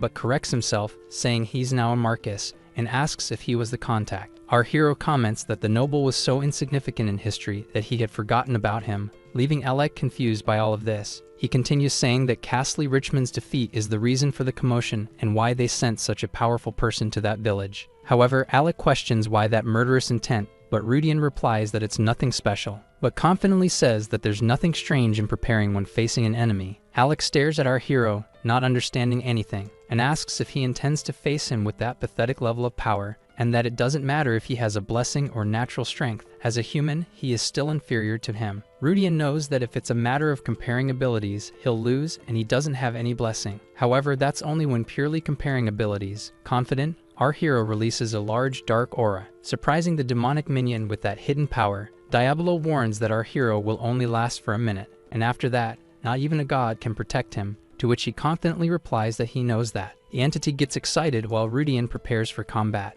Diablo says he wants to see how useful a minion of the young Iblis really is. Our hero quickly approaches and delivers a surprise strike that hits Alec's chest plate. Even though he's wounded in surprise, Alec begins to fight back with a powerful punch. Rudian notices the massive fist coming toward him. With a pirouette, he dodges Alec's attack. As he completes the spin, he swiftly slashes his sword at the wrist of the enemy servant, who screams in pain from the brutal injury. Alec is shocked to see that he can't regenerate. Our hero knows that the sword Diablo doesn't just cut, and so he asks his enemy if he can feel his soul being sliced. The reason the demonic sword is so powerful is because it has the ability to execute gods, and that will be very important in the future. Diablo doesn't just cut the material, It also cuts the soul and divine essence, allowing it to inflict fatal wounds even on immortals. Rudian says he was ready to risk his own life in a direct fight, but was lucky his opponent dropped his guard. Furious, Alec throws another punch with his remaining good hand, asking our hero if he really thinks he's won with just that. The enormous fist closes in on Rudian's head, but he doesn't dodge the attack. A shield made of pure black mana stops the blow just centimeters from our hero. Alec is shocked to see his power being absorbed by the demonic energy, and says that's not something the goddess of lust could have given. That makes Diablo ask how he could ever be compared to that weakling, but Rudian tells him to shut up because time is running out. The servant can't believe this is happening, that he who received power from Iblis, and is known as the Berserker, is losing to a mere youth. Our hero attacks Alec's other hand, inflicting another heavy wound. Immediately after the strike, Rudian unleashes a flurry of new sword attacks, making his enemy scream in agony as he's brutally injured. Our hero delivers a final blow that pierces Alec's body. Battles involving demonic energy are dangerous because they contaminate the surroundings, turning the area into demonic territory. But Diablo is different. He can absorb the demonic energy of other demons, and because of that, they can't be detected and won't contaminate the environment. Confident, our hero says that one day he will execute all demons within the kingdom of Rohan. Alec accuses him of being a traitor as he is literally absorbed by Diablo. With a smile, Rudian asks if he's still confused, but says now he should disappear. Our hero finally finishes off that powerful servant of Iblis. With Alec absorbed into the sword, Rudian lets out a sigh of relief. He says that watching someone get absorbed is truly the work of a real demonic sword, and Diablo says he was lucky nothing was left behind, or he'd be in trouble. Rudian replies that he knows, but the entity asks why he evacuated that woman separately, and if she belongs to him. Our hero gets flustered and says the demons might have been after her, but the incident happened because Castley was annihilated. Diablo says that as a descendant of the Predator, she'll definitely attract demons, and if she awakens, it will be impressive. But he asks why Rudian doesn't just awaken her and keep her clothes. He goes on, saying that Rebecca really is attractive, but our hero knows she's extremely dangerous because he's already read the original work. Rebecca awakened because of a choice Abel made, but Rudian prefers that she live a normal life and says they shouldn't talk about her anymore, as he doesn't want to continue their relationship. Diablo says there's no way of knowing how things will unfold, but our hero knows that if the original story continues, Rebecca will end up with Abel, and they'll see each other again. Arcadia reports that someone is approaching, making Rudian ask if they're bandits, but the AI confirms it doesn't seem to be an enemy, just an old man and a girl. That makes Rudian tense, since it's not a usual combination for travelers. Nervous, our hero doesn't know what to do, and since he's out of energy, he can't fight. But if they're not enemies, there's no reason to ignore them. Two people approach Rudian, the nearest one carrying a huge sword on their back. At that moment, our hero thinks those two are anything but normal. Rudian can tell they're nobles from the fabric of their cloaks, and if he had known they were nobles, he would have left already. The girl removes her hood and greets our hero with a smile. However, the smell of blood bothers Rudian, who nervously greets her back. The girl's companion says our hero is like a very cautious dog, but as a warrior, he's decent. The status of the man who praises Rudian for having great intuition cannot be shown. This leaves our hero anxious since he can't see the information due to the difference in abilities, and this indicates that they are extremely powerful. The warrior asks Rudian if he was the one who defeated Alec. Our hero says he didn't win alone and that he had the help of the village, but that man interrupts him, saying that the cuts seem to have been made by Rudian, who confirms that he made the attacks. Since our hero seems to be a teenager, the warrior asks which family he is the heir to, causing the girl to comment that it's been a long time since her uncle has shown so much interest. He says the reason is Rudian's ability, and that there probably isn't a good academy in such a remote place, and that it is naturally intriguing that our hero awakened mana so early, leaving him shocked to have been discovered just by his appearance. The girl is surprised and asks if he is a student graduating from the Imperial Academy of Ma. Her uncle says that if Rudian were a student, he would know, and asks who those two are since they don't seem like local nobles. The man asks for our hero's name, and he introduces himself, only to be questioned about his last name. Rudian takes a while to answer, but says that he doesn't have a last name. This surprises the girl along with her uncle, who asks if he is not a knight. Our hero smiles and says he is the servant of Karain von Eskar, but knows that he'll be shocked to learn that he is just a servant who gained mana abnormally. Rudian says that the village is his home, and that he fought to protect it, but hides the fact that he also did it to test the power he gained. After that, he asks the duo's names, saying he's never seen them around, but having worked as a servant for years, he would recognize local nobles. The man introduces himself as Marcus Catel von Delphion and the girl as Lucella von Delphion. Upon hearing Catel's name, our hero is surprised to know that he is the Sword Saint of the Empire. He is the best swordsman master of the Mauryan Empire, the younger brother of the current emperor, and a prominent figure who served as the captain of the Imperial Guard. And that man is the predecessor of Crocs, who was in Abel's group in the original story, the former Sword Saint, and our hero didn't expect him to still be active. Rudian remembers that Luciella was a great supporter of the protagonist, commander of the anti-demon front, and that in the story, she was already married and therefore not a heroine. However, she had many fans with unique tastes, but now she's not an adult and not married, and she seems innocent, though her confident expression is the same as in the work. Our hero wonders if they are here because of the Holy Sword evaluation. Cadel points to the sword at Rudian's waist and asks who taught him fencing. This question puts our hero in a difficult spot, and he tries to calm himself while saying that he learned from a mercenary and trained with the knights when he could. Cadel is surprised about the mercenary, and if it was the king of mercenaries, he would understand, and asks if there was any distinctive feature about that person, and that he would love to meet him someday. But Rudian cannot say that he learned fencing from an artificial intelligence. That fencing is from the ancient Adora civilization, which Adi had in its memory, and somehow our hero is the only heir to the ancient sword art. Luciella apologizes for her uncle, saying that he is making Rudian uncomfortable, and explains that he is usually more reserved, but for some reason he's excited today. Our hero is surprised to see a noble apologizing, since young nobles are usually rude. Excited, the girl asks her uncle to help the village, which is a mess, and finally, Rudian understands why she was loved by the readers. With a thumbs up, our hero confirms that Luciella is a true heroine candidate. However, our hero is at the castle, crying, wondering how he ended up there while he hears people shouting orders. Frustrated, he says that he's still off duty and doesn't want to get involved in complicated matters, questioning why a servant like him is being included in the Holy Sword evaluation. Luciella, quite excited, and Cadel say their goodbyes to Rudian. Lying in his room, our hero wonders how Rebecca is, since she didn't seem well after going through something very tense, and for some reason she refused care, and Rudian ended up being dragged back to the castle. But if he had stayed, he would have had to work helping with the repairs. Our hero comments, sweating nervously, that he didn't expect that smell he sensed in Cadel and Luciella. It came from the battle against the Special Unit Knights, and that only 2 people wiped out 500 elite soldiers. This makes Rudian wish to become stronger in order to recover all of Adi's terminals, and to control Diablo, he'll need to at least reach the level of a master. Determined, our hero understands that it's better to join the knight's training to maximize his abilities rather than work as a mercenary. From the window, Rudian can hear laughter and see the banquet, which makes him assume that if everyone is cheerful, then the matter regarding daylight has already been settled without issue. However, in 5 years, hell will come, and the parties will no longer happen. But until then, our hero wishes everyone can live peacefully and without worry. Arcadia informs him there are visitors, and Rudian turns to see who it is. Karain enters the room with Durek and asks why he isn't at the banquet. Our hero says it's normal since he doesn't have the status to attend, but the young noble asks why he's saying that. Since he is his attendant, he should be helping him at the banquet. Rudian apologizes and wishes Karain would remember that he's still on vacation. Noble Iskar accepts the apology, but Durek draws our hero's attention. He says he heard that Rudian achieved a new great feat, and Rudian thanks him, a bit confused. Our hero wonders how the news reached Derek,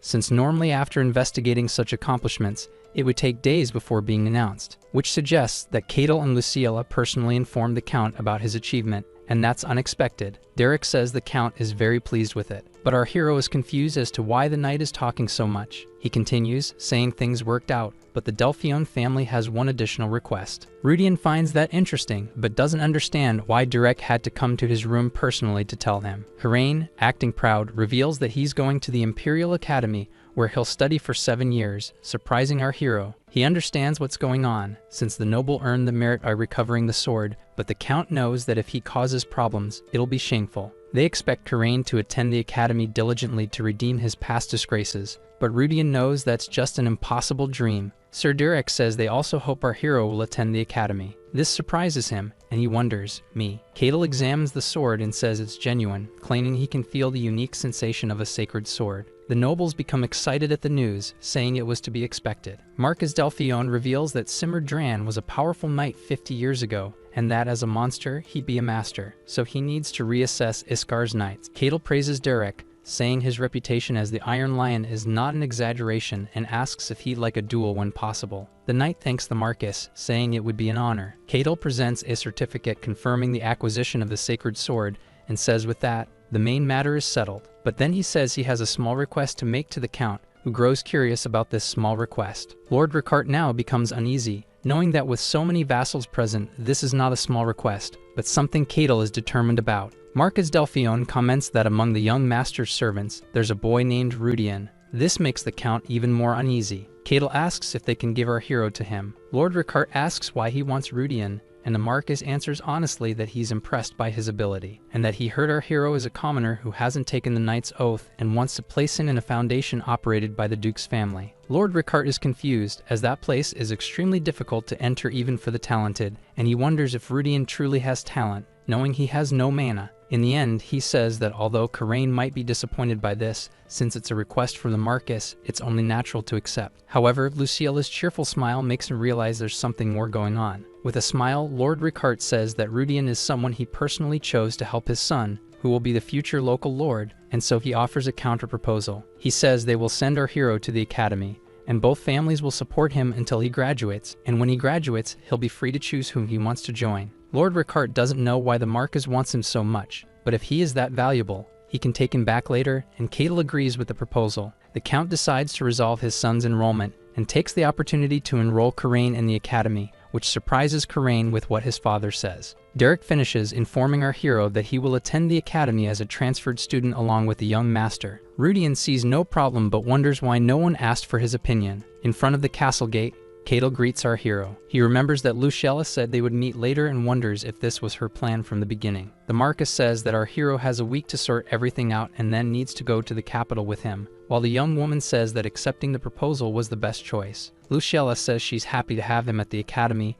and Rudian replies that he's also happy to leave the obligations of being a servant, but it's a shame he will see Karain's next victim. Excited, our hero says goodbye and says he will see them again in a week. At a tavern near the village of Baron, someone laughs cheerfully and offers Rudian a drink. The village chief is excited to know that the village has managed to produce a knight, but our hero says he's just an aspirant, while Marco says that since he's going to the capital's academy, everything is already decided, and that his title as a knight is already guaranteed, but the only question is which noble he will serve. Rudian changes the subject, asking how Rebecca is, but Marco says that she's still in bed, and it seems the trauma was really severe. Our hero simply comments that he understands while eating. In the end, he visits the young woman, asking if she's alright. Rebecca replies that she's better than before, and that she heard Rudian is going to the capital. When she hears that it's true, she asks if our hero really has to go, which surprises him, as it's the first time she's asked something so directly. Rebecca fearfully asks if Rudian can just work there and live happily together. And she says, with a forced smile, that she knows she's being selfish, but she thought she could at least ask. Our hero knows that the original story is just the story itself, and avoiding it because she is an obsessive heroine is just an excuse, and that in the coming era of chaos, she will be very important, and she only denied her feelings because she wasn't strong enough to match his potential. Now that he has power, he's decided. Our hero touches Rebecca's hand. She is caught by surprise and hears that he would love to, if it were possible. Rudian says that the villagers think he's advancing in the world, but that he doesn't really care about that, and seriously says, "There is something I absolutely must do, because if he just waits without doing anything, the entire village of Baron will disappear in 10 years. Eventually, Rebecca, who lost her home due to the invasion of the kingdom of Rohans, will meet Abel, and they will go on an adventure. And even if our hero does nothing, Abel will end up dealing with the demons, but everyone will disappear along with the village, and that won't be good for either of them. Only he, who knows the future of this world, can prevent this event from happening." Rudian continues to say that things will certainly be complicated and challenging, but they are things only he can do, and that's why he needs to accept this path. Our hero doesn't expect Rebecca to understand the meaning of his words, but anxiously she asks. Showing an aura and red eyes, she says that if that power awakens, she will be able to help him. Our hero is startled by this, while Rebecca says that somehow he knew about it. Rudian is confused, because she should only know about that power after meeting Abel, and immediately he says that she shouldn't do it, and that power will make her unhappy. The Demon Devourer power is essentially a skill to absorb demonic energy, and the stronger it gets, the more fragile the mind becomes. Our hero knows that Abel's fate is complicated and says that he wants her to be happy there, and that he wants her to just continue existing with her brilliant and energetic personality. Rebecca agrees to stay quietly in the village while Rudian wonders if he could replace Abel, but he knows he can't. With the decision made by the girl, our hero is happy, but she says that in return, he needs to make a promise. Rudian asks what the promise is, and Rebecca says that when everything is over, he needs to return to her. Our hero agrees to the deal. In another house, Rudian asks Diablo if it was him, but the entity doesn't understand what he's talking about. Irritated, our hero accuses the demon of having influenced Rebecca's condition, to which he replies that the accusation is too severe. Rudian states that it's not just a hypothesis, explaining that the manifestation of power only happens after exposure to the demonic energy of a truly powerful demon. Our hero says that doing that without warning violates their contract, and Diablo says he was right to follow him and didn't expect a human to know about that. Rudian asks if the demon admits it, but he denies it and says that if it really were his doing, he would have been affected too. But since he's fine, it couldn't have been him. Although, given his great power, at most it could have been an indirect influence. This information surprises our hero, who starts to understand that maybe. Rudian clutches his chest near his heart as Diablo says, "I see you finally understood." Shocked, our hero realizes that it was all his fault. The proof of the contract between him and Diablo is a small amount of demonic energy in his heart, and even though it's small, it's powerful enough to have affected Rebecca. Disappointed, Rudian asks the demon to warn him next time, but the entity replies, "Even if I had warned you, I don't think anything would have changed." Our hero just hopes that nothing else goes wrong. A week later, Rudian is with Karain. Both feel overwhelmed by the capital of the Mauryan Empire, a massive city with high stone walls called Nevin. Commoners and adventurers from various social classes walk through the streets of the city. Our hero smiles upon seeing different races in the capital, and it makes him feel like he really ended up in another world, and that the place is nearly 30 times the size of Castle Iskar. Karain pokes Rudian in the face and asks if he found something to eat, while commenting that both Durek and his father care a lot about our hero, and he doesn't understand why, though apparently they don't know that their servant awakened Mana. Karain says that his father ordered him to bring Rudian back to the Iskar family as soon as he graduates and asks if that's not strange. Our hero was confused about the unusual support from two families, but finally understands the reason, and that the Count certainly didn't send his son to say that in front of him. Karain says he believes in the friendship they built, and that his father told him to keep it a secret, but he thinks they don't hide secrets from each other. Rudian gives a crooked smile in agreement, but in truth, he only feels resentment for having to deal with the messes caused by that foolish noble. Karain says they should meet again at the academy, because since our hero is a commoner, he'll definitely be looked down upon, but if they're together, no one will disrespect him. Rudian knows that before disrespecting him, they'll throw out the noble who only causes problems, especially seeing him try to flirt with some of the local girls. Our hero is glad that the noble is no longer his problem. At the gates of the main residence of Duke Delphion, a man says he asked for the sacred sword to be brought, but once again they brought something strange. Cato replies that it's just a hobby he developed in his old age, and asks his brother if he's not being too harsh. But Duke Vincent Delphion, head of the family, smiles, not believing that the Iskar family actually managed to find the sword. Our hero knows that this man is not only Cato's older brother, but also the central figure of the Empire. Vincent holds the sword and says that it really happened as the previous generation prophesied. Rudian becomes curious about the prophecy. The head of the Delphion family says it's been a long time since Cato coveted someone like this, and invites him in so they can talk. Our hero is surprised that he too will be allowed to enter, and that such an important person wants to speak with him. Seated at the mansion's hall table, Vincent thanks them for their hard work on the long journey. Rudian senses they're planning something. Since they brought him to that grand house, Cato replies that the effort for the sacred sword is nothing more than expected, and asks his brother if he's not upset about the large payment given to the Iskar family, to which he replies that it's just something he had to endure. Cato is curious and questions why someone with no interest in the Foundation's future, and who never cared about the children brought in, is acting so differently. Why did he specifically bring this young man here? Cato asks again. Vincent lightly taps his teacup on the table to change the subject. The noble asks if he can call him Rudian, and he replies, "Of course, your grace." And now he asks if our hero is one of the people who directly participated in the conquest of the dungeon alongside the heir of Iskar, to which he responds that this is correct. Vincent continues, saying he heard that Rudian was the one who destroyed the dungeon's core and helped defeat Simurdran, who was delaying his arrival with the core. Our hero confirms everything, but wonders how a duke in the capital knows so much detailed information about what happened in that place. At that moment, Vincent shifts to a darker tone,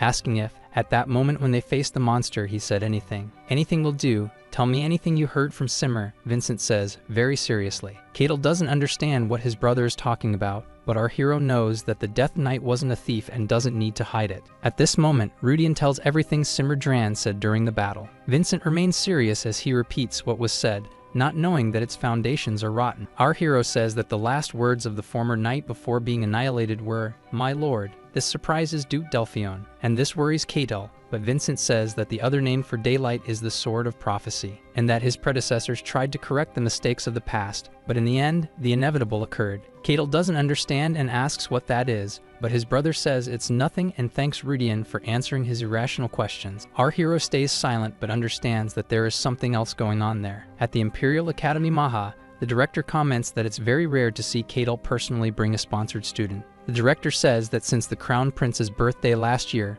this is the first time they've seen each other again. Rudian stands frozen upon seeing Rosus Bivalent, the Guardian of the Northern Front, a war hero who earned merit in the fight against the Northern Barbarians 30 years ago. Cadel introduces our hero as the one he discovered in the land of Eskar and who is skilled, making the director comment that he has gained benefits beyond the sword. However, the compliments given to Rudian make Rosus ask if he might be a genius. Cadel says that perhaps our hero is on the level of Crocs, leaving him uneasy, and the director surprised by comparing him to that level. Rudian knows that man, Crocs, is the sword saint who can face gods with a sword alongside the protagonist Abel. The nobleman affirms that there is no need to test him, and that after a few years, they will be able to judge him, but since he is a commoner, he asks the director to take care of our hero. Rosus wonders if there are people with this problem at the academy, but will pay attention, and if there are, will educate them as he did with the Northern Barbarians. In the dormitory of the Imperial Academy Maha, our hero is surprised to see that it looks like Karain's room, making him wonder if this is really a private room. Cadel says that this is where our hero will stay for the next 7 years,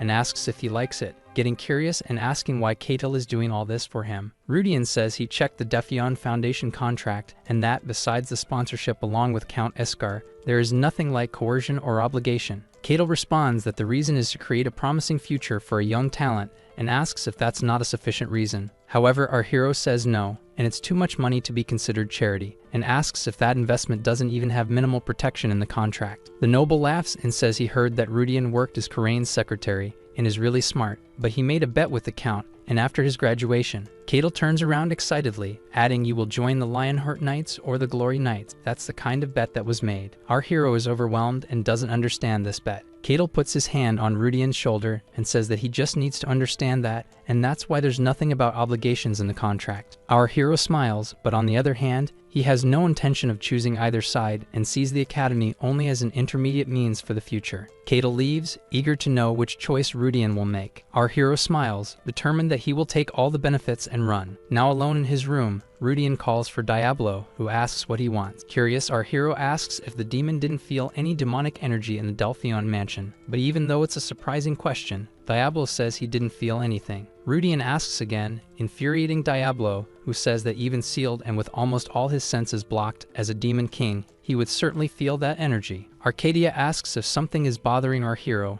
and he says there is. In the original story, Vincent is an unlucky person, and together with Cadel, they are annihilated by demons. After both died, Lucella became the new head of House Delphion, and the circumstances of the Duke's family were left as mere footnotes in the story. Our hero grows pensive, trying to understand the reason. While Cadel's death would be expected due to his importance, Vincent's case is strange, as there's no clear motive. The Sword Saint was ambushed when he left the capital, just like this time, but the Duke was attacked openly within the capital. However, being attacked just for being an enemy of demons seems rather abnormal. If that were the case, all high nobles in the capital would be targets. Our hero is certain there's something very important behind this, something that can't be overlooked, and it seems he'll need to become a little closer to the Duke's family. In the classroom, our hero is stared at by several students. Arcadia comments that many recognize Rudian's value. He had heard that being a transfer student there was hard, but the attention is really annoying. Diablo says there are many delicious souls and asks if this is what humans call a buffet. Our hero wonders if all the attention is because he's being sponsored by the Cadel Foundation, even though there are 30 other sponsored students in the night department. And among the first years, there are 7 including him who are sponsored. Still lost in thought, Rudian doesn't notice someone asking if they can sit beside him. Surprised, our hero turns to the person and introduces himself. The boy introduces himself as Adel,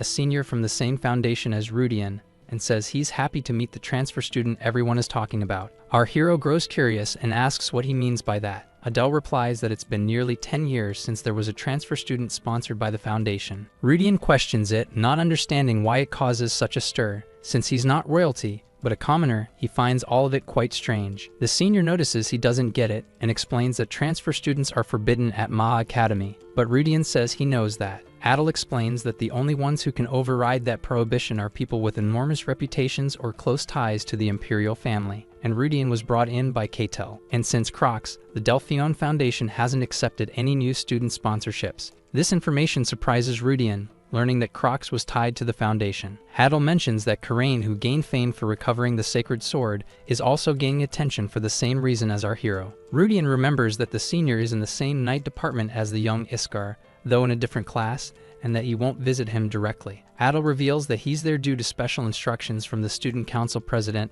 and our hero becomes confused about who that is. With a smile, the senior reveals that Luciella is the council president and says that since Rudian knows Keitel, he's surely heard of her. Our hero is surprised to learn that the young Delphion is the student council president. Adel says that commoners entering the academy often don't know what to do, and that they have a tradition where seniors guide them, and he's there to be Rudian's guide. And since they're both in the night department, it would be a shame if their first meeting ended with only a formal introduction. Smiling and cracking his knuckles, Adel says that as aspiring knights, they should begin with a more physical conversation. Since everyone there is nice, the senior says Rudian doesn't need to be nervous, but that only makes him even more uneasy. At Manhwa Academy's training grounds, our hero arrives with Adel and notices 3 more people waiting. A boy introduces himself as Oliver Dran and says it's good to meet the popular newcomer, while the girl named Claudia Rage says she was expecting a monster. Both are 5th years. Adel points to a girl who looks ready to cause pain to our protagonist. Her name is Karen Letitia, in the graduation class, and after introducing herself she asks if Rudian is really the talented one brought by the Sword Saint. Our hero says it's just because Keitel favors him, but the senior doesn't agree and thinks it would be good to test him. Excited, Karen challenges him to a duel, leaving Rudian completely enraged. She tosses a wooden sword to our hero and says she won't use her full strength against a newbie, that she just wants to see his abilities. With a burning battle spirit, the veteran tells Rudian to go all out, to which he responds that her expression doesn't match her words. Karen says she won't eat our hero alive, but just wants to taste him, and at that moment, Adel tries to intervene but receives an elbow to the neck. Oliver says he's curious, and Claudia mentions that until now, Sir Keitel had personally selected only one person, Sir Croc. In tears, our hero realizes there's no way out and wonders if he should just end them all. Karen gets curious upon seeing Rudian's unusual posture and asks what the name of his swordsmanship style is. Our hero responds, saying it's the Adora style, a sword fighting technique. The veteran doesn't recognize the name but confidently calls him to the fight. Rudian replies, with pleasure, and quickly advances with a direct attack against the veteran. She smiles and blocks the strike head-on. Karen deflects our hero's attack, dodging effortlessly. The veteran takes advantage of Rudian's open guard and attacks him, but our hero manages to dodge the strike. Both continue exchanging blows, but Rudian is clearly struggling. Claudia and Oliver are disappointed by the many mistakes, seeing that our hero can't maintain his center of gravity and his movements are too light. Rudian attacks again, but the veterans wonder if his posture isn't a mess. Arcadia gets angry and starts saying that this is a swordsmanship art that can even defeat gods, and that they don't know how much time and dedication its creator took to make it. Adel says that Rudian doesn't need to hide his abilities, not knowing that he is doing the best he can. Karen and our hero stare at each other again, swords in hand. However, the veteran thinks it's amazing and says they can't understand without facing him. It seems as if our hero is just swinging the sword randomly, without any center of gravity. Karen feels the pressure as each strike targets every area, while each movement leads to organic responses, blocks, and counterattacks. That's a swordsmanship art made to annihilate opponents, and it's impressive, but it's obvious that Rudian doesn't have mastery and certainly wouldn't be at a level to interest Keitel, and maybe there's something hidden.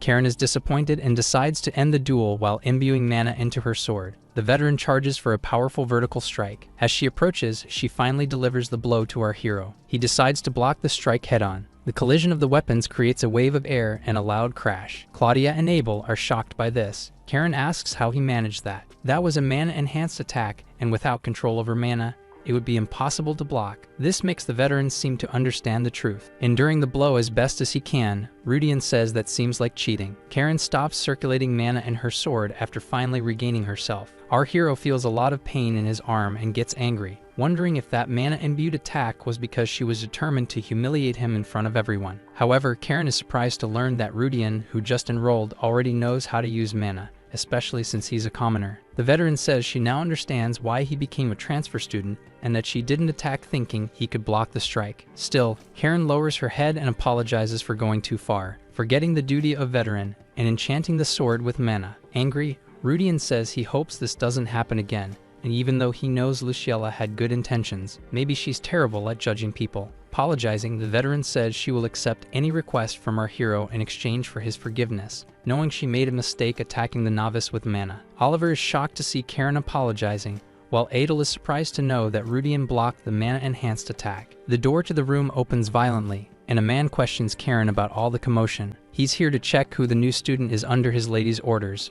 Oliver tries to explain. However, the veteran continues, saying he can tell just by looking that she went too far testing the novice and ended up being hit once. Kepler places a hand on our hero's shoulder and apologizes on Karen's behalf, saying there was no malice involved. Rudian is surprised and even scared to know who that person is. During Chapter 2 of the story, in the War of Superhumans, he appears as the main villain against the protagonist's group, and that guy, introducing himself as Elvin Kepler in the original story, was the one who assisted the final boss. Elvin says he'll arrange another meeting since Karen has a very aggressive personality. The veteran says she doesn't need his help, but Kepler says that during the welcome meeting for the new students, things like groups and positions shouldn't matter, and that he's there because Lady Luciella asked him to be, and he doesn't think they're in a position to disregard her authority. Elvin asks if he's wrong, leaving Karen without an answer. He continues, saying that as a senior student, he will take responsibility for what happened. Our hero, on the other hand, had no plans to associate with those people, but the one trying to create connections is Kepler, so the story is different. Smiling, Rudian agrees with the veteran. Arcadia comments that our hero has gotten too relaxed lately,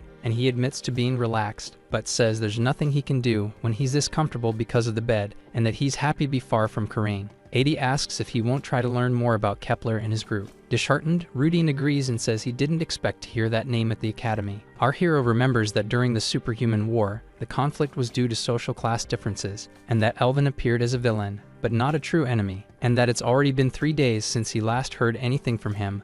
But thinking back to the original story, Rudian believes he knows what Elvin might be doing. Smiling, our hero decides he'll be the one to approach Elvin first. Rudian tells Diablo that if they have to fight demons, he'll need to borrow his powers, and Diablo replies saying he'll be glad to. The demon says he doesn't know what happened over the past 10,000 years, but he's angry they're planning another invasion of the mortal realm without him, and he asks if they really dare to steal the conquests he's planning to achieve. Rudian wonders if all the demon kings are like this. Arcadia comments that our hero is worried about those people, and he replies saying he wants to make them his allies. Diablo asks what's so impressive about them. Smiling, Rudian knows that Elvin Kepler isn't just a knight, he's a psychic. Now the secret organization of psychics must be expanding its influence in the shadows, and because of their powers, they're mocked by the mages. This turned into a great tragedy for humanity, because the psychics decided to remain neutral during the Second Demon War, causing the loss of countless lives. However, they planned to earn fame by defeating the demons once the mages' forces were weakened by the hellish monsters. But by then, the war would have already ended thanks to Abel and his companions, making their plan fail and forcing them into the background. The Superhuman War, which wouldn't have happened if the psychics had joined the Demon War alongside humanity,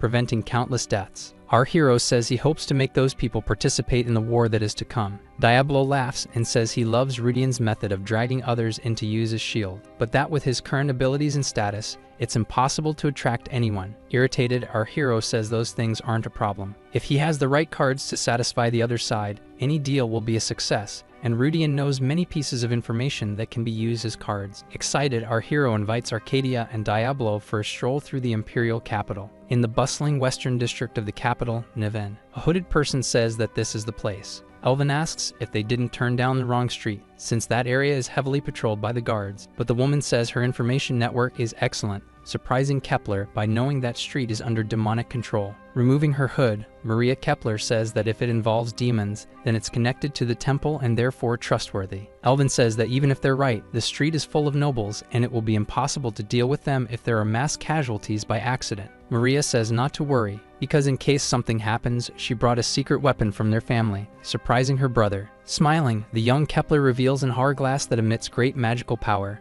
Elvin asks if she really brought such a matchless level artifact, and says they need to be discreet, even if it's a complicated situation. But his sister says that's exactly why she brought it, since they don't know what might happen. Elvin seems tired of the conversation and turns, saying that their mission is important and she needs to find traces of the demons. Del Luda and Nell Luda assure they'll do the job without issue. Maria praises the Luda family for being able to detect people's energy even in crowded places, and says it's a shame her brother took them away from her. Elvin asks her not to say that because it's for the good of the cause, whether they caught him or not, since soon she will be leading everyone. In the unauthorized entertainment district of the capital Niven, Arcadia comments that it's not a good place, seeing that there are poor people, criminals, and women of the night around. Eddie asks what Rudian is planning to do there, and is surprised to learn that he doesn't want to do anything in particular, at least for now. At this moment, the secret organizations are building their power in the shadows, and there must be territorial disputes against the demons who are preparing for war. Our hero asks if Diablo can feel shocks of demonic energy in the capital, and he responds affirmatively, saying that the city can't escape his senses. This excites Rudian, who wants to join, naturally, in the fight between the demons and the psychics for territory. It would be impossible for one of them to be managing a place like this. They would certainly be lower demons or lackeys. Rudian remembers what Alex said during the fight in the village of Biran, and knows that it will be perfect if he can get involved with that noble. Gus von Belstad, the demon's puppet and the one responsible for the attack that took the life of Catel's brother,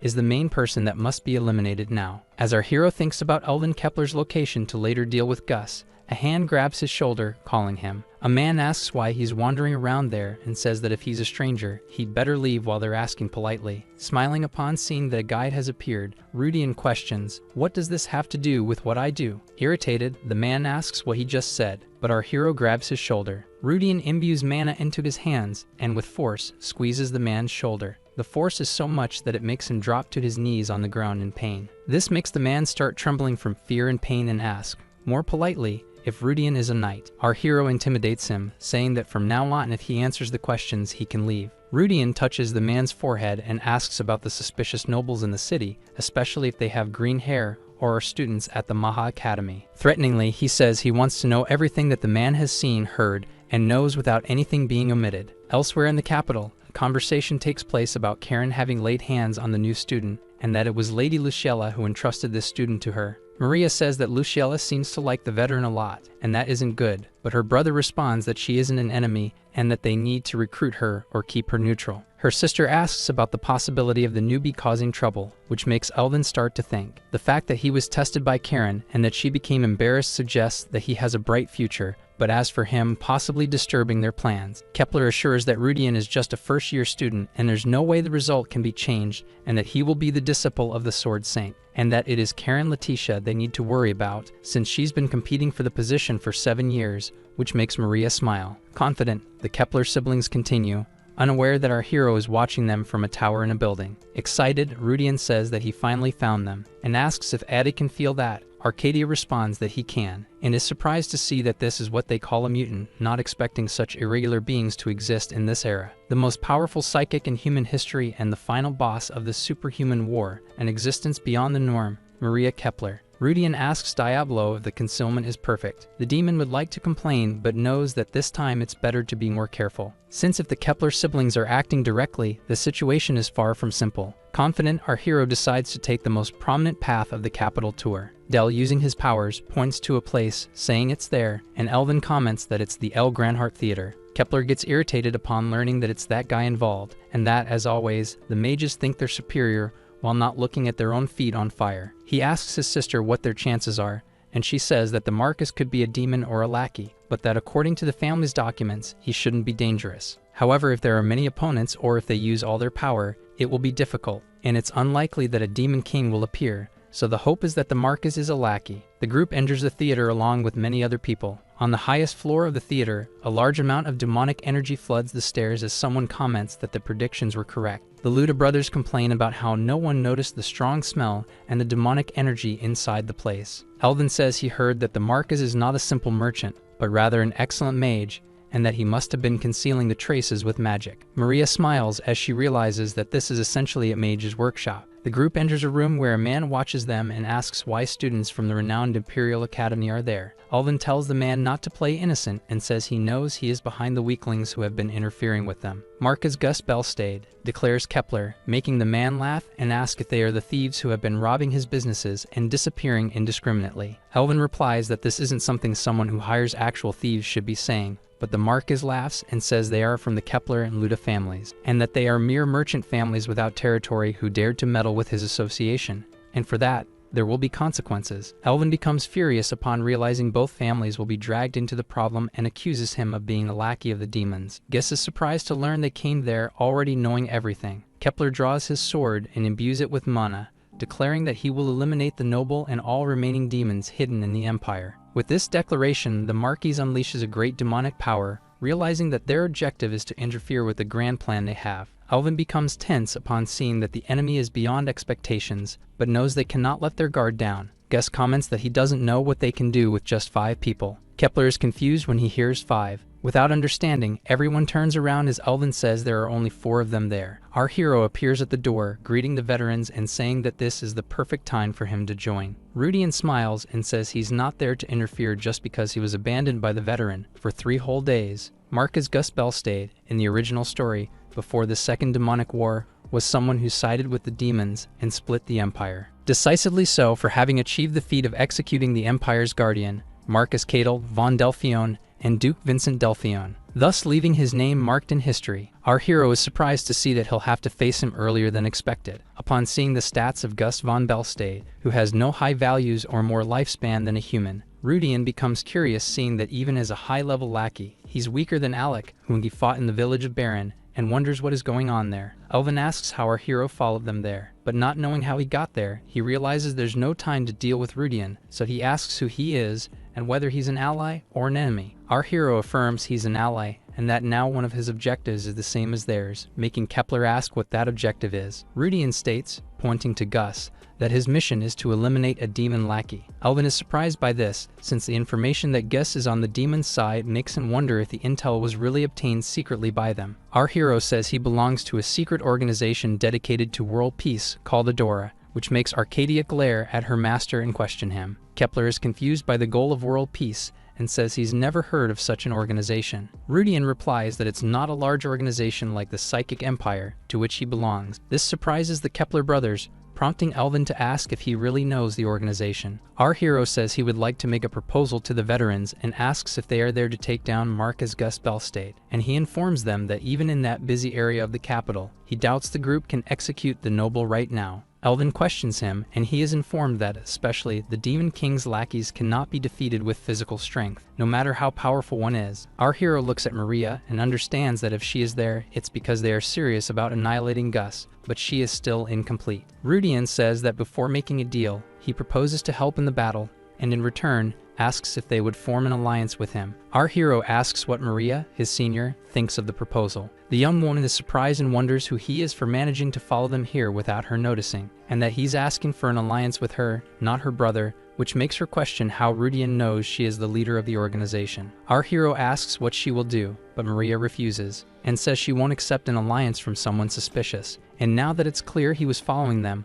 they have no intention of letting him go either. Rudian raises his hands upon hearing that after dealing with Gus, they will go after him, but he was already prepared in case that happened. That situation is one of the events that happened in the original work. The Marcus was still alive until the beginning of the story. If a fight happens in that place, many people inside the theater will be affected. Our hero knows that they are not stupid enough not to know this. Gus laughs, asking if the interesting farce is over, while Rudian wonders what the group's plan is to corner Belstad. The noble invites them to fight and do their worst, curious to know what plan they have to deal with the situation they got themselves into. Gus releases a large amount of demonic energy toward the group, saying, "Let's start the festival." A green glow appears in front of Maria. The powerful relic in the shape of an hourglass starts spinning rapidly, releasing a large amount of power that clashes with the demonic energy until everything turns dark, which soon reveals desert hills. They are all transported to a desert, and Gus asks if this is the effect of the artifact that can interfere with space, something even the masters of the 4 magical towers desire. Excited,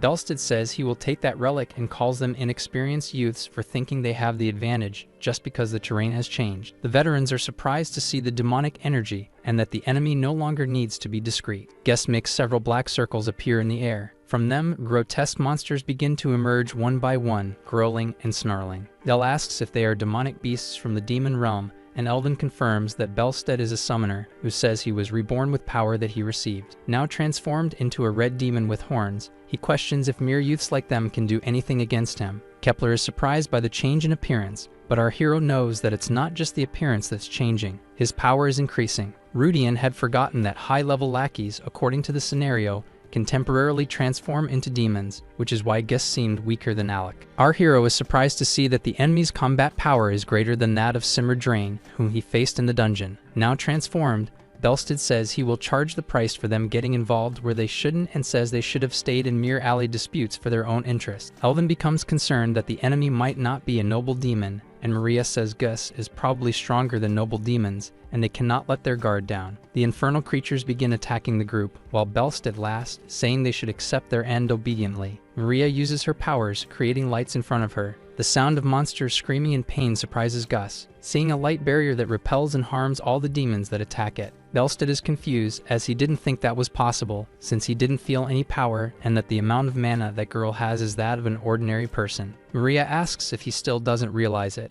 Our hero knows that she is a superhuman who served as the final boss of the chapter, and that even among the numerous superpowered characters in the Chronicle, which Rudian can't see the stats of, and in the story, her followers describe her as the Golden Empress of Psychics, who confidently declares that this place will be Gus' tomb. Belstead is surprised to see powers that mere humans cannot have. Maria ascends to the heavens, radiating golden light, saying that even though he sees it, he cannot accept the truth before him, and no matter what he does, the result won't change. The young Kepler completes, gathering energy in her hand. Fearful, Gus calls for his lackeys and commands them to destroy that woman right now. The demonic monsters are frightened by what they see. Belstead is surprised again and wonders if he is hallucinating, seeing countless giant rocks being summoned in the sky. Fearfully, the demon asks them to wait and suggests a deal. Maria questions him, but says she will give him all the interest beneath the earth. Gus says he will talk to his master and arrange a non-aggression pact, which is what they wanted from the beginning, and that if they want, he'll even offer his share in the association. But the young Kepler starts laughing. Then she becomes serious again and says that it's actually funny, while directing her hand toward the demon. Gus, terrified, begs her to wait, but the massive boulder crashes into Belstead and the demonic Hydra. The debris begins to wipe out the remaining hellish monsters. Our hero feels a bit intimidated seeing all that power from the Queen of Psychics and knows that in the future, he'll need to turn Maria into his ally. A crater appears where the enormous rock fell, having devastated all the demons. Elvin asks if Maria finished off Gus, but Rudian tells him to wait, saying the veteran shouldn't say things like that, which confuses Kepler. Our hero asks him to look at the crater again and see whether Belstead is truly dead or not. Elvin doesn't believe it, thinking it obvious that even a demon couldn't survive being crushed by something like that. But a massive amount of black liquid substance gushes from the ground, surprising him. Maria remains serious, observing the strange event. The liquid moves abnormally, taking the shape of a demon who starts laughing as he regenerates. Gus is still alive and asks what they'll do now and admits the girl's power surpasses his, but says that alone will never be enough to destroy him. Maria smiles, saying that in their current state, they truly can't annihilate him, and if she'd known that, she would have prepared more carefully. Belstead laughs and asks if she really admits that, to which she replies, if they can't destroy the body, it doesn't mean there aren't other methods. After saying that, Maria closes her hand and activates her powers again, which causes Gus's body to reconstruct itself, bringing terrible pain to the demon. The young woman, a little more sadistic, says that if it isn't the human body, then there's no need to treat it like one, and that after destroying his body until his mind breaks, they'll take him to the Kepler family, where he can be eliminated. Hearing the demon's screams of pain, our hero knows that death is far better than that, and that if he fails to persuade them, he'll end up the same way. Even so, Gus keeps laughing while suffering. With a maniacal smile, he says that if his predictions are right, the effect of that artifact is about to end. Isn't that so? Asks Belstead, leaving Maria speechless. Spatial manipulation is the domain of gods, and there's a limit to what can be done with tools. Laughing, he says she has 10 minutes at most. The young Kepler knows it's true and feels the pressure as the demon laughs at her situation. Realizing his guess was correct, he informs her that now that something has happened to him, his master will soon take action. Maria wonders what she should do, knowing it'll be complicated if his contractor shows up. Even if they win, dealing with the consequences will be difficult. Our hero asks if it's time for him to step in. This surprises the young woman when she hears it. Rudian begins to approach the center of the conflict, seeing that apparently, they can finally resume dialogue. Our hero reminds her that they couldn't take Gus down. Maria repeats again that she refuses to form an alliance with him and claims there must be a way. Rudian says he will withdraw the alliance proposal and asks if she could at least listen to the conditions for one. And since he's a little scared, he wants to add the condition that she won't hurt him. Our hero says he's sure she has some methods, but they probably aren't very graceful ones, and confidently, Rudian asks if he's right. Maria agrees to the proposal offered, but says she will only allow him to speak, to which Rudian replies that she really is quick to decide and that he has no other choice. The intimidating young woman warns him that he better be prepared if he fails. Our hero calls for Diablo, who says he already knows what Rudian wants. The Demon King asks if he's thinking he can't handle that, and Rudian laughs and says of course not, that he just wanted to ask to be sure. Gus seems like he's about to say something, but our hero covers his mouth with his hand, catching him off guard. Rudian pierces the demon's body, who starts laughing and asks what he thinks he's doing, saying that our hero should already know he'll never succumb to that kind of pain and that he should stop the nonsense. But Gus screams in pain while violently writhing. Rudian says that since he's a mage, he certainly knows ways to alleviate pain along with the excellent regeneration ability that comes with immortality. The demon continues to scream in pain while our hero asks where that confidence went and if he lost it because he couldn't regenerate. Maria is confused as to how he's managing to do that to the monster. Rudian knows that there is no method to break the immortality granted by the contract, but demonic powers can easily be nullified by high-ranking demons, and that among all the demons, Diablo has reached the peak as the most powerful demon king under the name of the Seven Thrones. And with immortality blocked, regeneration will also be blocked. Gus, desperate, begins to scream. No. Our hero, excited, responds, yes. A strange magical circle appears behind the demon. He screams loudly from pure pain and despair. Gus Belstad, who lost the competition for the family succession, entered the path of magic and grew to the point of wanting the position of the next master of the magic tower. However, at one point, his growth stagnated and he was eventually removed from the succession for the position of the next master. When he was exhausted, impatient, and desperate, a demon approached him, and he finally succumbed to temptation. After becoming a puppet of the Demon King, Gus annihilated his own family and rose to the position of guild master, becoming the largest source of resources for the Imperial Demon forces and taking on the role of connecting demons with nobles. Our hero begins to absorb mana for himself, certain that no matter how blocked the path to magic is, joining the demons is unforgivable, and without Belstad, the demons in the capital will lose a lot of power. Rudian notices that he gained 5 mana, and that's little compared to when he defeated Castley. Maria descends from the heavens and asks how our hero managed to finish off Gus, but she is surprised by what she sees, a demon sword in Rudian's hands. He confirms what that weapon is and asks if there's a problem with that. Maria becomes serious, questioning if he's really serious with what he just asked. But our hero asks her if he looks like a human who lost his mind, intoxicated by demonic energy. This leaves the young Kepler speechless, and that if he were the host of a demon sword, it wouldn't make sense for him to destroy a lackey, and that no one has ever dealt with demons using a demon sword. Diablo, laughing, says that in the past he has seen many humans do this before, making Rudian ask him not to ruin things. Our hero understands the veteran's concern, but asks her not to ignore the situation in front of her. The demon says that the common sense of today seems quite different from what he knew, and Rudian asks him to be quiet. Maria is deep in thought as she watches our hero argue with the entity, knowing that it's not important where he got it from or how he manages it with a clear mind. What matters is keeping the promise made, and so she apologizes for reacting insensitively. Decided, the young woman says that now they will listen to the proposal that Rudian mentioned. In the dormitory of the Mahat Academy, in Maria's room, our hero talks with the young Kepler. She introduces herself again as the next leader of the Psychic Empire, Maria Lou Kepler. Rudian introduces himself as an official member of Adora, the secret organization for the protection of world peace, leaving Arcadia speechless. The young Kepler says that she doesn't know if the words world peace are truly sincere, but praises our hero's performance in the battle. And yet she still doubts him, as among the organizations that her intelligence department knows, there is no name like Adora. Rudian says that it makes sense since they are few and elite, but wonders if they consider just one person as an organization. Maria decides to get straight to the point and asks what benefits they could gain from this alliance. Our hero smiles, knowing there would be many to list, but that it would be enough to present the minimum to persuade her, and that it would be a condition she couldn't refuse. Rudian says that there are several secret organizations, and the reason they've approached the Psychic Empire is that they meet the conditions they want, and there are 3 conditions. The first is not to be evil. The second is to have a certain level of power, and the third is to have the same common enemies to pursue. Maria says that even if they meet the first and second conditions, she doesn't understand the third. and asks if he's talking about a common interest without knowing what their ultimate goal is. Rudian speaks of psychic powers, asking if it's about them being accepted by the public as a conventional ability, just like magic. Maria is surprised and asks how he knows that. Our hero questions if he's right about them fighting demons behind the scenes to block the intervention of mages and take all the credit. And if they earn credit for eradicating the infernal forces that infiltrated, the imperial families will view them more favorably, and that aligns with the desire for world peace.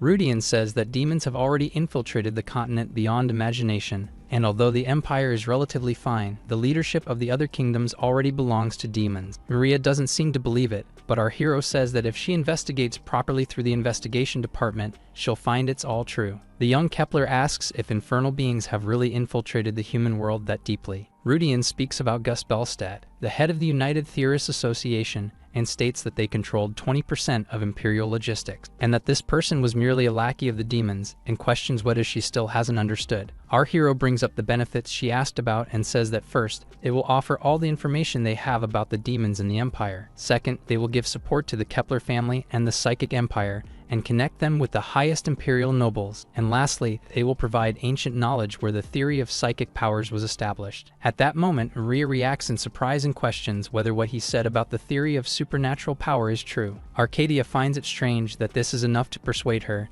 and our hero replies that as a psychic, she absolutely cannot refuse. Rudian says that AD may have doubts because he's known the theory from the start, but it's different for them, and thanks to AD's knowledge, Rudian feels confident about the negotiations. In the original work, Maria had psychic powers so strong that other great mages couldn't handle her, but compared to her power, her weakness was very obvious. Rudian explains that due to the lack of theory, these powers are very difficult to learn, less versatile than magic, and cannot be used outside of one's awakened abilities. To overcome this weakness, psychics tried for generations to theorize their powers, but in the end, could only rely on innate abilities and bloodline. The theorization of these supernatural powers is their long-held wish that could break the wall called talent. Rudian is sure they won't refuse the offer because he knows they'll never turn down a simple path to achieve the greatest goal they've been seeking for centuries. Our hero tells Maria that the book written by the ancient Psychic Empire, which has already vanished with time, is in the possession of the Adora organization. Upon hearing this, the veteran is shocked and tense,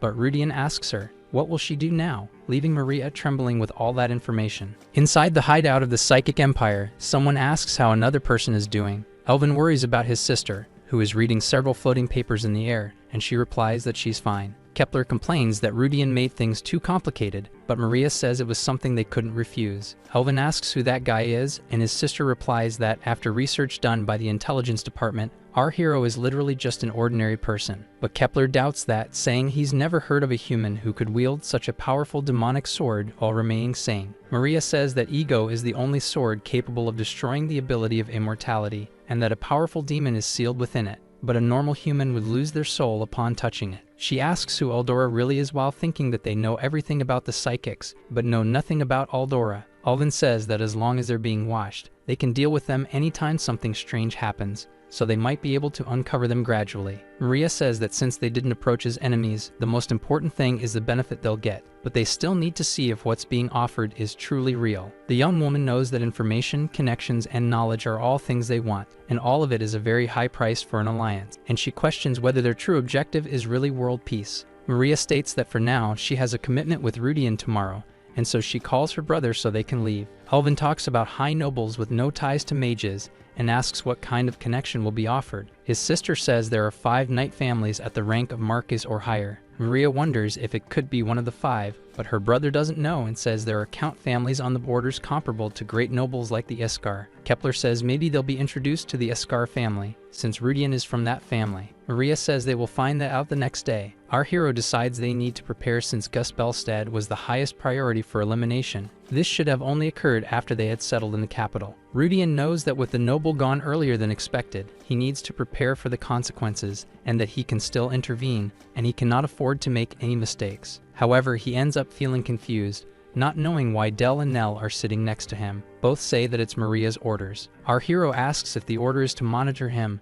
and the girl responds that it's to take him to their faction, while the boy says they are allies now. Rudian believes it's monitoring and that Elvin and Karen are from rival organizations, but Luciella entrusted her safety to the veteran, who might not like the alliance made, and perhaps that will become a problematic issue. The Luda siblings inform of Maria and her brother's arrival. They barely arrive and immediately ask our hero where he plans to present them. Rudian smiles, saying they'll see when they get there. Imperial Garden, inside the Imperial Palace, Luciella formally greets the prince, who asks what she's doing there. A beautiful young woman timidly greets her. She is Citri Belstad, the daughter of Gus Belstad. Luciella observes, a bit surprised, but the third prince, Roa Wilhelm von Morian, with a bit of anger, questions her if she won't greet her back. Politely, the young Delphion greets her, saying it's been a long time since she last saw her, and Citri laughs a little, commenting that it's the first time they've seen each other since the last ball. Roughly, Roa states that Luciella should be busy with the task he gave her and questions the reason for her visit at this time. Seriously, the noble informs that she is there to report the case of Gus Belstad's assassination. However, without waiting for the prince, he eagerly takes the rolled-up paper about the investigation,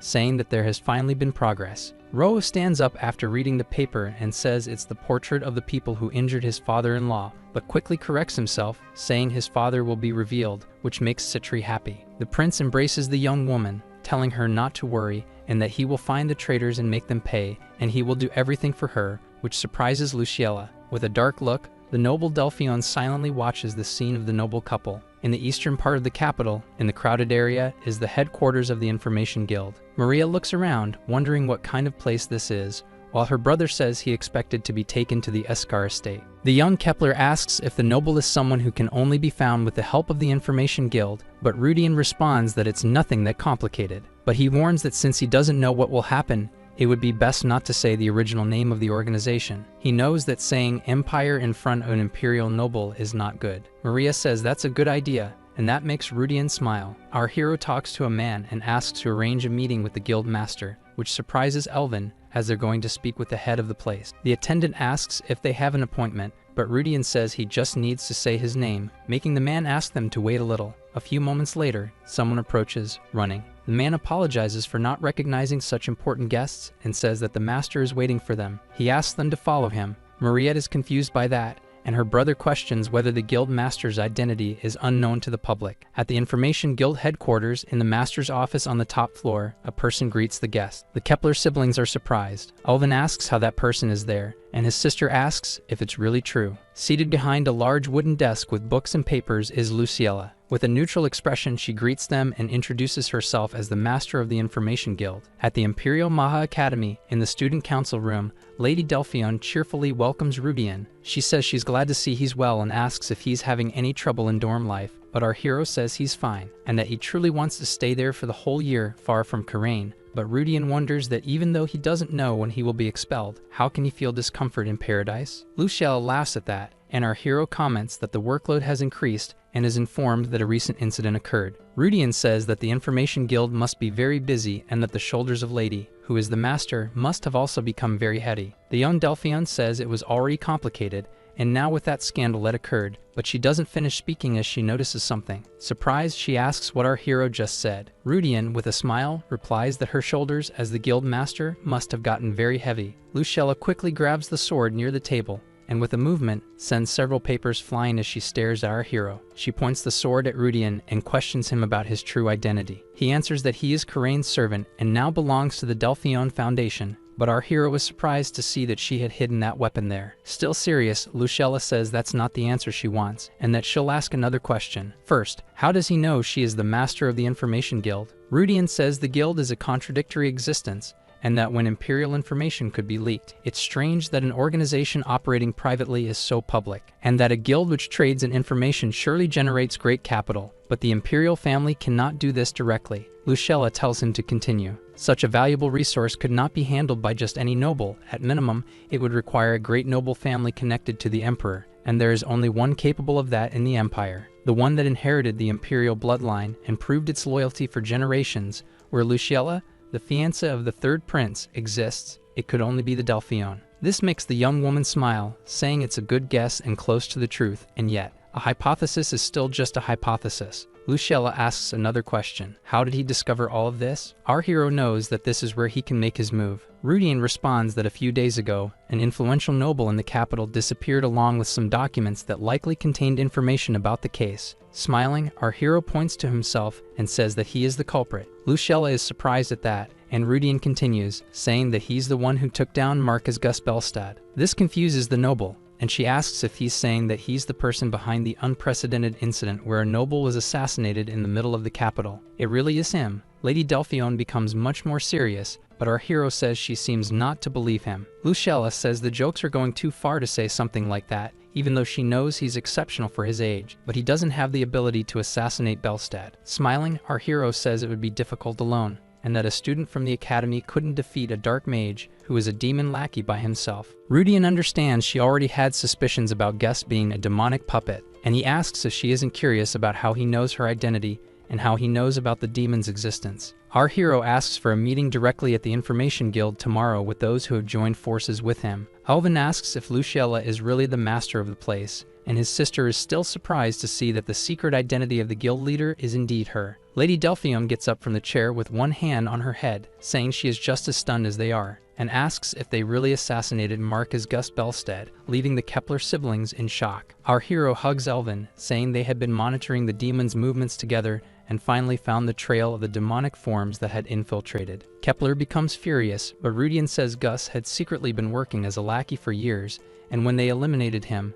they secured evidence, and among it there was a piece of information that had her name. This surprises and confuses Luciella, hearing her name was in the information. Belstad had chosen the third prince to expand demonic influence within the imperial family and intended to use him to usurp her position as master of the Information Guild. And for that plan to work, he connected his adopted daughter to the prince and tried to create a division between the heir and Lady Delphione. This leaves the noble confused. Before the main story, Luciella was to be the third prince's fiancée, but now they're before the engagement, and originally, she would break off the relationship and end up losing her position. Our hero says they created this situation to reveal the truth to her, and that visiting the guild and presenting the evidence would be more convincing. But she says it's a plausible story, yet there are two standing questions. How did he manage to find the demon's traces that even the imperial family and the guild couldn't? And how did they deal with the demonic lackey they discovered? Rudian says he can answer both questions with one answer, but knows that's as far as he can go, and now he needs to pass the turn to. Maria introduces herself as the leader of the supernatural group, the Radiant Psychics,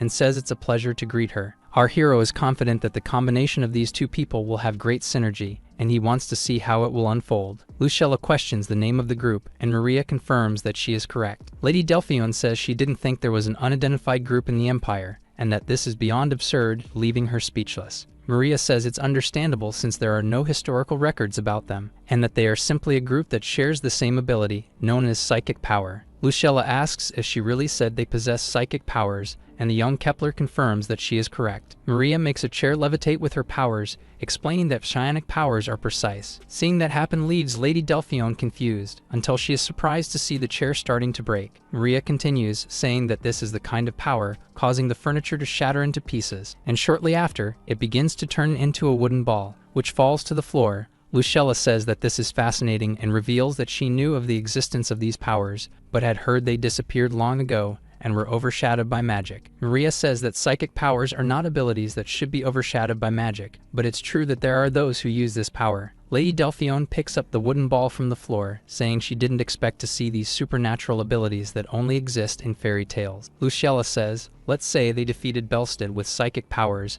and if such people created an organization, it wouldn't be strange if they found what we couldn't. However, she knows they didn't come all the way there just to report that fact and asks them the real reason they are there. Our hero knows there are many suspicious things but confidently says he will speak. Rudian and the Kepler siblings kneel and ask Luciella to become their sponsor. After a while, some steps echo through the office. Luciella says they want psychic powers to be recognized just like magic, and Rudian says they just want to serve as an honorable pillar under imperial orders. Our hero says that if their military power and the support she can provide combine, they will be able to deal more efficiently with the demonic forces that exist in the Empire, and Rudian thinks that this will allow them to involve the Sword St. Cato. Luciella becomes thoughtful, knowing that she really has nothing to lose with this proposal. Information about demons in the Morian Empire is being gathered from many places, and at that moment, a letter with useful military power rolled itself into this. Lady Delphione says that she can't decide alone and will contact the main family, knowing that this alliance proposal came at the right time and cannot be rushed. With that, our hero says they will be waiting for a response. After everyone leaves the guild, Maria says it's time to ask. How did Rudian know that Lucella was the master of the Information Guild, and if Adora had anyone from the Imperial family? Our hero thinks about having someone from the Imperial family involved. However, he says he won't answer that question, and even though they are allies, he cannot show all his cards. But in reality, Rudian is tense, knowing he doesn't have an answer and that he needs to bluff a bit so that they won't easily doubt his power. And what they are not concerned with his power, but rather political status, since in the original work, without that help, they ended up feeling miserable. Our hero swears that he will make the Psychic Empire proudly recognized as one of the pillars of the Empire. Maria asks why he's doing so much for them. Rudian knows there are many reasons, but the biggest one is not seeing the light, not walking the path they want to follow. That's a huge waste. Elvin becomes curious, and Maria asks what Rudian is talking about. Our hero knows they have power and a cause, but they were created to make Abel's root famous in the original story. And that, in fact, his favorite character was none other than Maria Kepler, who is right in front of him,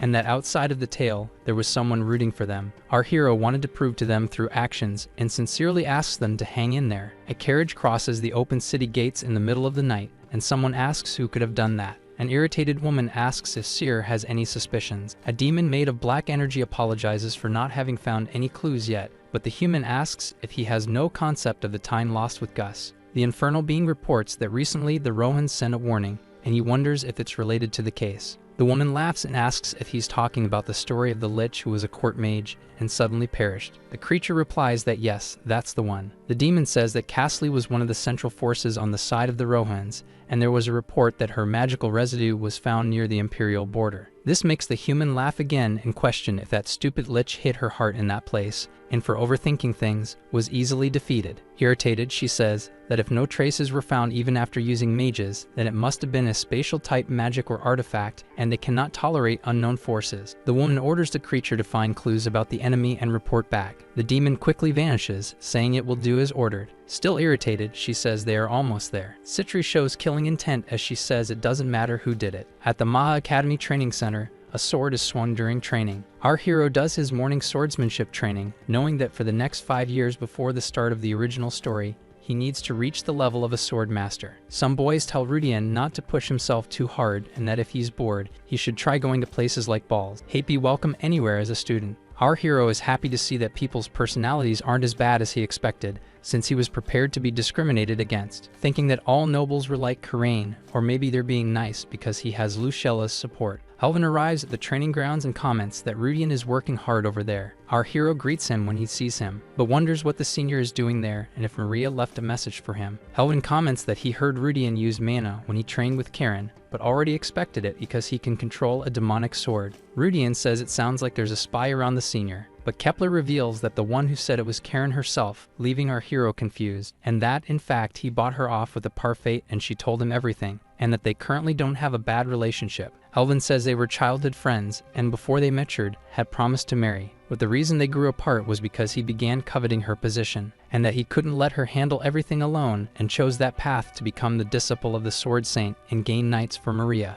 But if they gain the support of the Delphion family, then there won't be any more reason to be the disciple, and his relationship with Karen will return to normal, and for that, he's grateful. Our hero isn't very interested in that, but Elvin says that separately. Rudian has a lot of strange points, like the demonic sword, and that his swordsmanship is very odd, and he has terrible proficiency in handling a sword. Kepler quickly draws his sword and places it near our hero's neck, saying that because of those contradictions, he can't trust him. Rudian seems tired that Elvin is only now saying this. In a room filled with shelves and flying books, someone asks if the name is really Adora, and says it's impossible to trust someone with obscure motives. Maria tells her father that the theory they were given is real, and all the researchers agree that it is on another level, a theory from an advanced era, and that they offered such a treasure willingly, but her father says that even if there's a valid point, very few have spoken of world peace, and among those who tried, Matthias Kepler, the leader of the Kepler family, continues, saying that none of them exist anymore.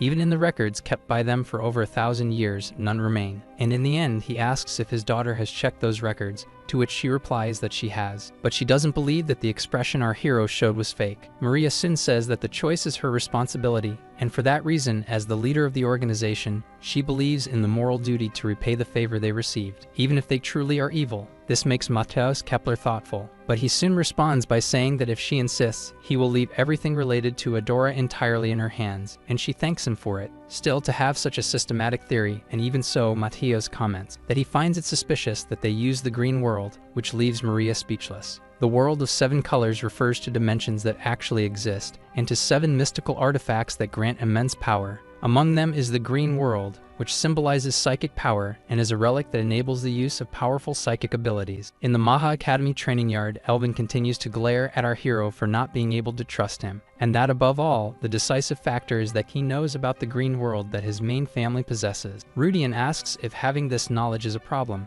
and Kepler says it absolutely is a problem because very few among them know about it. Our hero understands why. When he proposed using the relic, Maria was also very surprised. Rudian says he doesn't think it's such a big issue while manipulating power with his hand, and that it's not as if he was trying to steal it or didn't care about how it happened. But once Maria accepted the proposal, he paid the fair price for the power. With a sphere of earth in front of him, our hero asks if Elvin knows that the psychic power gained using the authority of the green world is merely at the beginner level. Elvin says he knows what he's doing is wrong, and Rudian comments that even though he knows, he still does it, but Kepler says that, however, when he took all the magic books from the Marcus Belsted's library, they handed everything over without thinking much since they didn't need them. But seeing him gain psychic powers from the green world, Elvin felt that our hero was collecting different abilities, along with the fact that Rudian knows the circumstances of the Kepler family and the organization in great detail. Elvin says that if things are left as they are, the Keplers and the organization will become entangled in our hero's intentions, and this will eventually lead to something horrible. Rudian smiles, seeing that the veteran is someone determined to do everything for the organization and has a tendency to pursue great causes. He wonders why he shouldn't recruit him as a companion for the group. Our hero confirms that he is indeed collecting abilities, but doesn't say that he desires to acquire every power he can in the world. To achieve this, he needs to gather as many companions as possible, just like Abel did. Rudian says he can prove his innocence and objectives simultaneously. Smiling, he places Elvin's sword near his own neck and asks, "If you monitor each of my steps, you'll learn quite a bit about me, won't you?" Kepler becomes confused by what he is saying, but our hero says that he will actively demonstrate that they are indeed sincere allies, and asks the veteran if that idea is better than causing conflicts there and destroying the alliance. Elvin accepts the proposal, while Rudian is happy to gain a reliable companion, but Arcadia comments if he doesn't mean a reliable slave. Kepler says he will monitor our hero completely, and if he finds anything suspicious, he won't let it slide. Rudian smiles, knowing that from his perspective, he also doesn't intend to let the veteran remain idle. However, our hero becomes tense when he sees that. Elvin is in his room, making Rudian wonder what is going on there. Elvin responds that he will be living in the dormitory too. Our hero questions if the dorms weren't meant for one person per room, but Kepler says there are no vacant rooms, and since they are big, he asks if it will be a problem to have 2 there. The noble says that Rudian's movements are at the basic level, and that he doesn't know how he awakened mana, but he can help him reduce the time to refine his fencing. Our hero asks if he can really do that, irritating Elvin, who responds that he's the greatest genius in the academy and questions if Rudian knows that. Rudian had forgotten about that because Maria is very admirable, but Kepler was a character who served as the intermediate boss of Chapter 1. He is really strong, our hero comments while looking at the veteran's status window. Rudian knows that thanks to the special status of psychic power, even if the other statuses are at the level of a common knight, his combat power is very high. And at this point, Elvin is not only superior to Alakuma, whom our hero fought before, but also to Gus pre-demonification. Our hero believes that considering his age, he is certainly at a level that could be called monstrous. Kepler says that the fencing training is a small help, and that if Rudian thought he would just sit and watch, then he's mistaken. Our hero thanks him for the help and says it's always welcome, but he is determined not to let the veteran just watch. Rudian sits on the bed and confidently says that he has a plan and asks Elvin to trust him and follow him. This makes him curious, and our hero says that with their abilities, getting close to demons is no different than putting your head into a tiger's mouth. So they must find a helmet that will remain intact even when the tiger's mouth closes. Elvin doesn't understand what he means by that and asks, confused, why a helmet? Imperial Academy, Student Council Room, the Kepler siblings, and our hero meet with Lucella, who welcomes them, and declares that in the name of Duke Vincent von Delphion, she accepts the proposal, and says, if you dedicate yourselves to the safety of the Delphion family and the Empire, Then we will be a solid support that will illuminate your future. Lucella turns to Elvin and calls him, saying that now the alliance has been formed, and as proof of that, unfortunately for Karen, he will become the disciple of her uncle Cato, leaving young Kepler in disbelief while Rudian seems amused by it. Lady Delphion asks our hero what he plans to do now, but he gets too close, making her flustered and ask what he wants. Rudian whispers in Lucella's ear that Belstadt, who was a lackey, offered his adopted daughter and not his real daughter to the prince, and asks if she understands what that means. Lady Delphion asks if he is suggesting that she too has connections to demons. Our hero says they'll see if the Marquis' daughter is involved in the association's affairs, and if a new person takes her place, she might be connected to her. Lucella believes it's impossible for a mere lady to be involved in the important responsibilities of a trade company. Rudian says whether she's related or not. He asks if they should remove a parasite who is beside the third prince, leaving Lucella thoughtful. With a strange look, she agrees that parasites must be eliminated. Arcadia says she's not sure who the real demon is there, and even Diablo agrees, making our hero tell them both to shut up. Lucella asks what they should do now, and Rudian says that demons have already infiltrated noble society and even the military, and that they need to force them to the surface. First, they need to cut the roots of the demons. Our hero says he's thinking of attacking a nearby dungeon to strengthen them, knowing that even though it's very difficult, it won't be impossible. Lucella is surprised to learn that something like that is so close to the capital. Rudian says that more precisely, it's in the capital, but he knows there are 3 there in the city, and 2 are unrelated to demons. Our hero says he will enter with Senior Elvin to clear the dungeon, with the objective of gaining experience, valuable items, and eliminating future threats, and that the place is perfect to begin. Catacomb of Ruin, a mausoleum in the capital's cemetery, a place with skeletons and zombies armed throughout the halls and corridors. Lucella laughs as she destroys the undead using a sword with fast strikes. Maria warns that there's a death knight ahead, making young Delphion excited for a worthy opponent, and saying there's also a skeletal mage. This makes young Kepler attack the creature with her powers and enthusiasm, leaving the 2 boys speechless. Elvin asks if they're there to gain experience, and Rudian replies that was the original plan. Our hero grows tense because something isn't right. There's something there he needs to obtain. Lucella gets confused by the dungeon information and tries to recall the topic. Rudian wonders if it's really that shocking to have one of those in the capital, but understands since the Delphion house manages the empire. But Lucella becomes truly excited, saying that it's very interesting information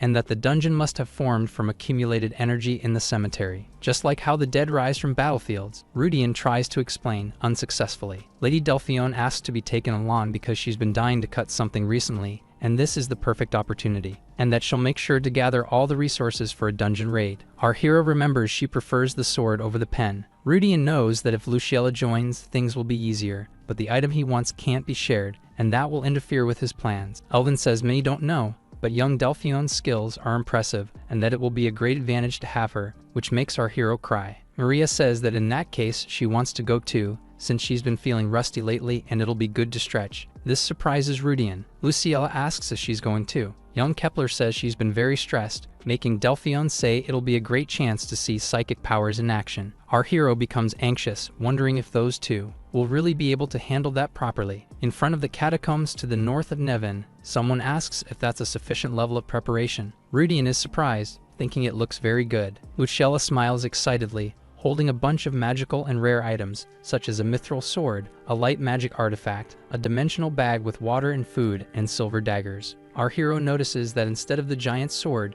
she brought a short sword, which is better for tight spaces and clearly shows she's no novice when it comes to dungeons. He asks if by any chance she knows a place where enchanted mana gold bars and artifacts can be sold. Lucella says that if they aren't stolen items, her house can buy a good quantity, and they can handle large quantities at once as well. This makes our hero happy, knowing that he might be able to sell the artifacts 80 found in Cassidy's secret vault, and that just one of them could be worth up to hundreds of gold coins. Lady Delphion says that the Kepler Merchant Company is not small, and asks if he is desperate for money and needs to sell artifacts. Rudian ends up without an answer to that question. In the end, he looks at the Kepler siblings, and Lucella says that she knew, declaring that they and our hero are not true allies. This surprises Maria and Elvin. Because of this, Lady Delphion approaches Rudian, saying that she trusts he will explain everything properly. However, this will be later, and now he needs to show the way, which puts our hero in a tight spot, thinking that she doesn't really need to believe him. Arcadia says that short lies are quickly discovered while Rudian begins to lead the way. After entering the catacomb,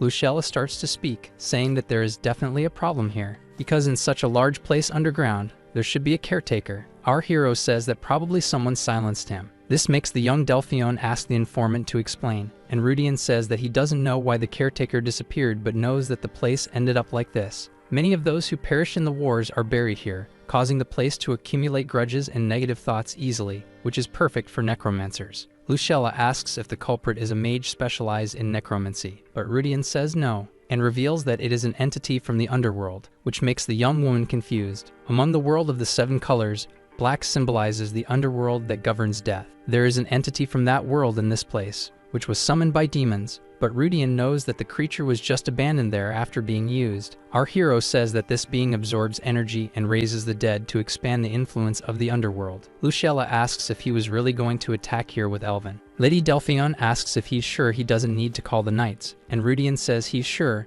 knowing that with Maria there's no reason to bring weak people. Lucella excitedly moves ahead, saying that such things need to be pruned before they rot. With a quick and strong strike from her short sword, the noblewoman disarms an armored zombie, and soon after she strikes again, hitting the undead creature's chest. That's a Death Knight who says that he won't close his eyes until he has his revenge, and won't rest until he does. However, Lucella interrupts him, saying she already destroyed those who tormented him, and quickly executes him. Rudian notes that she alone took down a powerful opponent with a combat power above 20,000 in just 3 hits, which makes him wonder if she's a monster. The young Delphion says excitedly that this is great, and she can feel the stress disappearing. Our hero also feels very good, but if it weren't for the cemetery setting, his heart would be beating much stronger. Rudian notices that there are many undead with the horde approaching. Lucella asks if it's quantity over quality, saying that it's getting boring not seeing any other Death Knights or skeleton mages. Maria steps forward and says she'll clear the way, and that since there doesn't seem to be anything important to pick up,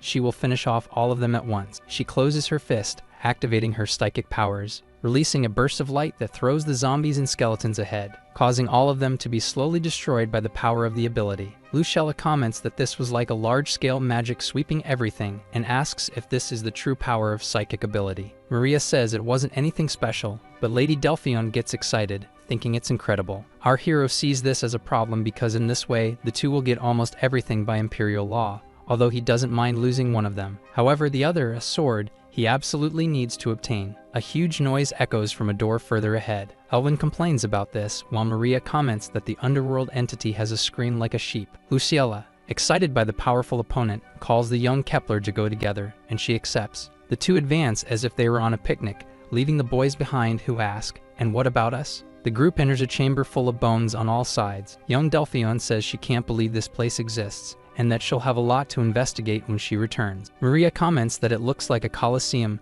and Lucella says it looks even more like one. But Rudian asks if she thought it looked more like a place for public executions. The noble confirms, and says those skeletons are not spectators, and maybe they are prisoners who were executed. A winged creature armed with a massive sword approaches from the top of the chamber, roaring at the group. "How did you know I was here?" Elvin is surprised by the creature he sees, and says that's Baphomet, a lackey of the king of the underworld. Maria says she suspected it because of the sheep's bleat, and her brother says this is a much bigger problem than he thought. Diablo laughs, saying the creature seems to have been injured while traveling through the dimensional gate. This makes Rudian question him, since it looks perfectly normal. The Demon King says that if it were normal, it wouldn't be speaking to humans like this, and with the king of the underworld backing him, he's even rude to the Demon Kings. Diablo assures that monster will try to negotiate with Rudian using illusions and temptations. The moment our hero believes in them, it will be the end. Baphomet screams, saying that just 4 humans are a perfect prey. The creature tries to intimidate the group by shouting that it will execute all of them. Rudian asks Diablo for help,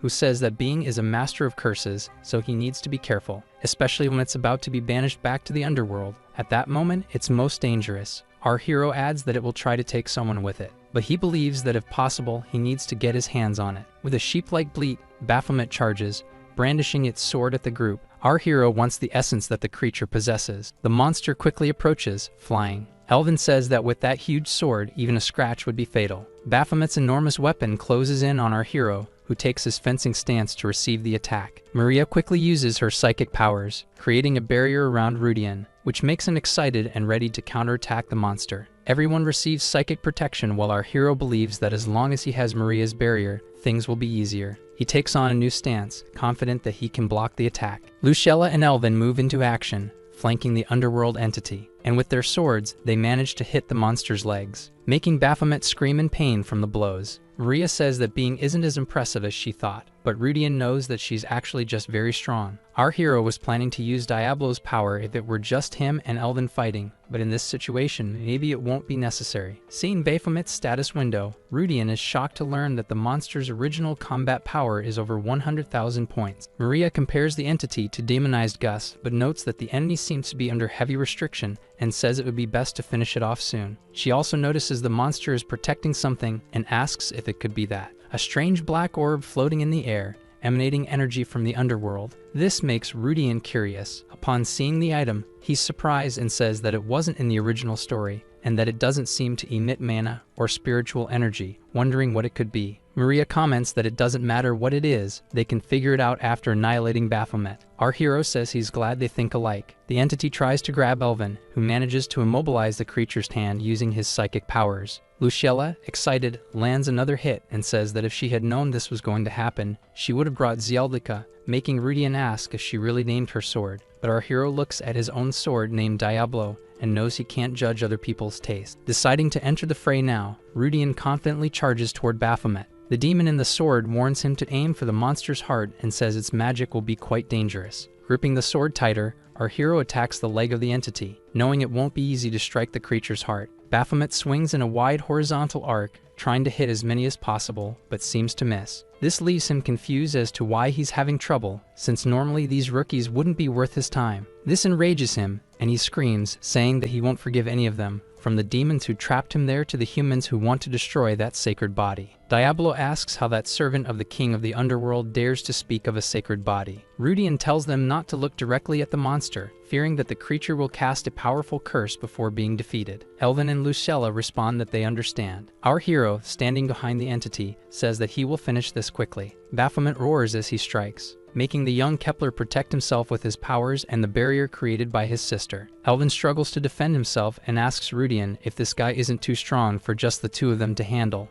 and that if it were just the two of them alone, they'd be finished. Our hero asks if he really has time to complain, irritating the veteran. Baphomet continues to rage at the situation, knowing that if it weren't for that barrier, he would have already won. The underworld entity looks to the side and points a finger at Maria, saying, "Human girl, if it weren't for you." Furious, Baphomet attacks her with his enormous sword. Our hero strikes him first, saying that he won't let him attack her. The monster screams in pain from the attack, which causes him to drop the sword and fall to his knees on the ground, creating a loud crash. Our hero wonders if it's finally time to finish this. Baphomet complains that if only he had a little more time. Rudian says it's time to defeat him while he's weak, but Elvin asks if this is weak, and he responds that if he had his strength back, they wouldn't even be fighting. In fact, everyone except Maria would have perished. Baphomet begins to laugh and questions, "Do you think I'm going to disappear so pathetically?" Normally, he would be banished back to the underworld like this, but even if it costs him everything, he won't let those who humiliated him get away. Slamming his hands on the ground, the creature emits dark energy and screams, saying that they and the demons will pay and that he will see the fall of all of them with his own eyes. Our hero is confused by this and wonders why Baphomet is talking about the demons as well. The entity throws his sword away, which lands in the pile of bones. Elvin is confused by what the monster is doing, and Luciella asks if he has surrendered. With a sinister smile on his face, the creature leaves them all confused, not knowing what he's plotting. And with one hand, Baphomet impales his own chest, making Luciella wonder why he's hurting himself. Maria understands what's happening and warns everyone to stay away because he's using his life to instantly break all restrictions. With no time to waste, she uses her powers and pulls everyone away from the monster. Elvin asks if the entity is planning to cast a curse. Baphomet screams to the heavens, "I offer the rest of my life and magical power. Everything I have I dedicate to you. Please do not ignore the call of this wretched goat. O God beyond the stars," completes the entity. Our hero is shocked to hear the call to that god. Rudian remembers that in the original story, it's at this part that guy shows up during the war against the aliens, Chapter 3, Galactic War. And even though Baphomet didn't appear much, our hero knows he should have realized it was that chapter, which means he is linked to the aliens or has the ability to summon something similar. The monster continues to invoke the god, asking him to appear in that place. That strange sphere begins to emit more black energy, engulfing the entire area. Our hero realizes that they're in serious trouble now. Diablo comments, surprising Rudian, that this is dangerous, and that Baphomet is using tricks because he can't summon the king of the underworld there. Many gods of the planet exist in other planes, which is why it's hard to summon them, but judging by what's happening, Baphomet seems like he's going to succeed in summoning one of them. The demon says that the space entities don't care about the planet, so they'll destroy everything, and if they don't stop this, things will become a serious problem. Our hero becomes tense, knowing that if Diablo is saying it's a problem, then it will truly be terrible. Baphomet continues to summon the alien creature, asking for it to come into that place. Elvin comments that he has a bad feeling, and Luciella says that she has never felt such power before. Maria shouts, saying that they can't leave that orb alone and that she won't hold back anymore from this point forward. Our hero asks her to wait and says they need to deal with Baphomet, not the item, and that if they're not careful, the orb will cause a massive explosion. But the monster laughs, saying it's too late. Saying that executing him doesn't matter, he invites them to eliminate him, claiming that seeing that power go out of control will produce an interesting result. With difficulty, Maria says that if the entity Baphomet is trying to summon appears, not even she will be able to deal with the new enemy, and that even if the entire imperial capital explodes, they must stop it. Otherwise, the whole continent will be destroyed. Rudian says the continent won't fall that easily. Irritated, Maria says it's not the time for jokes. But our hero says he's going to fix it and will run toward Baphomet and impale his heart with the sword. But the consequences will be immense, and he asks if she can protect him. Maria asks if he's insane for throwing himself into that unknown power. Rudian smiles, saying he's never seen before the power of the underworld and the force of space. Confident, our hero says that if it's him, looking at the sword, he'll succeed, which makes Diablo laugh, saying he's finally realized how amazing he is. Again, Rudian asks if she can do it. Maria, with no other choice, accepts the plan. Confident, our hero starts approaching, saying he's ready. Rudian asks how much time he has, and Diablo informs him that his capacity has increased slightly, and he now has 1 minute and 30 seconds. Our hero says that will be enough, but asks if he really only gained those few extra seconds. The demon says that if he wants more, he should hurry up and become a sword master. Confident, he replies that he will certainly achieve it. Facing the situation, he says he just needs to wait a bit. Rudian, borrowing the demon's power, comments that whenever he does, he always feels like his life expectancy drops. Diablo replies that it's amazing to lose so little. Luciella is surprised to see the magical sword. Maria says, as expected, it's no ordinary sword, and her brother doesn't know how long he'll stay sane. This makes Lady Delphion ask if it's truly magical. Luciella asks if they knew all this time that Rudian had a magical sword, but Elvin doesn't know how to explain. Our hero finally attacks the monster, but Barrier stops him. Diablo comments that even at this point, Maria's protection should hold. Rudian changes the form of the strike and manages to break the barrier. Baphomet can't believe he destroyed that magical protection with a single attack, but the energy frightens him. Laughing, Diablo reveals himself to the underworld monster and asks, "You know it's me, don't you?" The creature is stunned to see who it is and says it saw him being sealed by the Archangel at the end of the war, which makes the demon realize that this monster is one of the old ones. Diablo asks if Baphomet was one of those near the seal, and says that's even more reason not to forgive him. A beam of demonic energy approaches the monster's neck, which screams in pain as it is pierced by the attack. Diablo laughs as he watches Baphomet suffer, ordering the monster to return to its dimension and greet the king of the underworld. The entity lets out a sheep-like scream of agony as it feels its life end. Little by little, Baphomet's body releases a massive amount of vapor as it dries up. Our hero grows concerned and wonders if this is okay, since even if Addis has the authority to absorb magical power, if Diablo takes a part of it, that could be bad. In the end, the monster vanishes into vapor and dark energy. The orb begins to shatter into many pieces, and soon falls to the ground, breaking into tiny shards. Rudian asks if it's finally over. Diablo says it's not done yet. That leaves our hero confused, and the demon says, "It looks like one particle remained." Tense, Rudian looks up. Elvin is stunned by what he sees, while Luciella asks what that thing is. An eye inside a mouth and a mouth below the eye watches the group. It was only part of a grotesque giant monster with gray skin, 2 heads, and several eyes and mouths all over its body. Our hero is confused by what he's seeing. The aliens from Chapter 2 were just tentacled cephalopods. Diablo says that creature wasn't what Baphomet really wanted to summon, which brings Rudian some relief, but the demon adds that something much more dangerous has appeared. This makes our hero genuinely anxious. He realizes they're screwed and wonders what they can do now. The summoned monster has a humanoid form and slowly begins to shrink in size and starts speaking in a very strange language. Neither Diablo nor our hero understands anything being said, but Arcadia says the creature is here for fun and, like the others, doesn't want to fight. This surprises Rudian, realizing he can understand, and the AI says it can translate. Our hero makes Adi upset by saying that he looks like an alien and that they seem like cousins since a one-eyed tentacle monster is just like an alien. Rudian asks how she will translate if the others can't see him,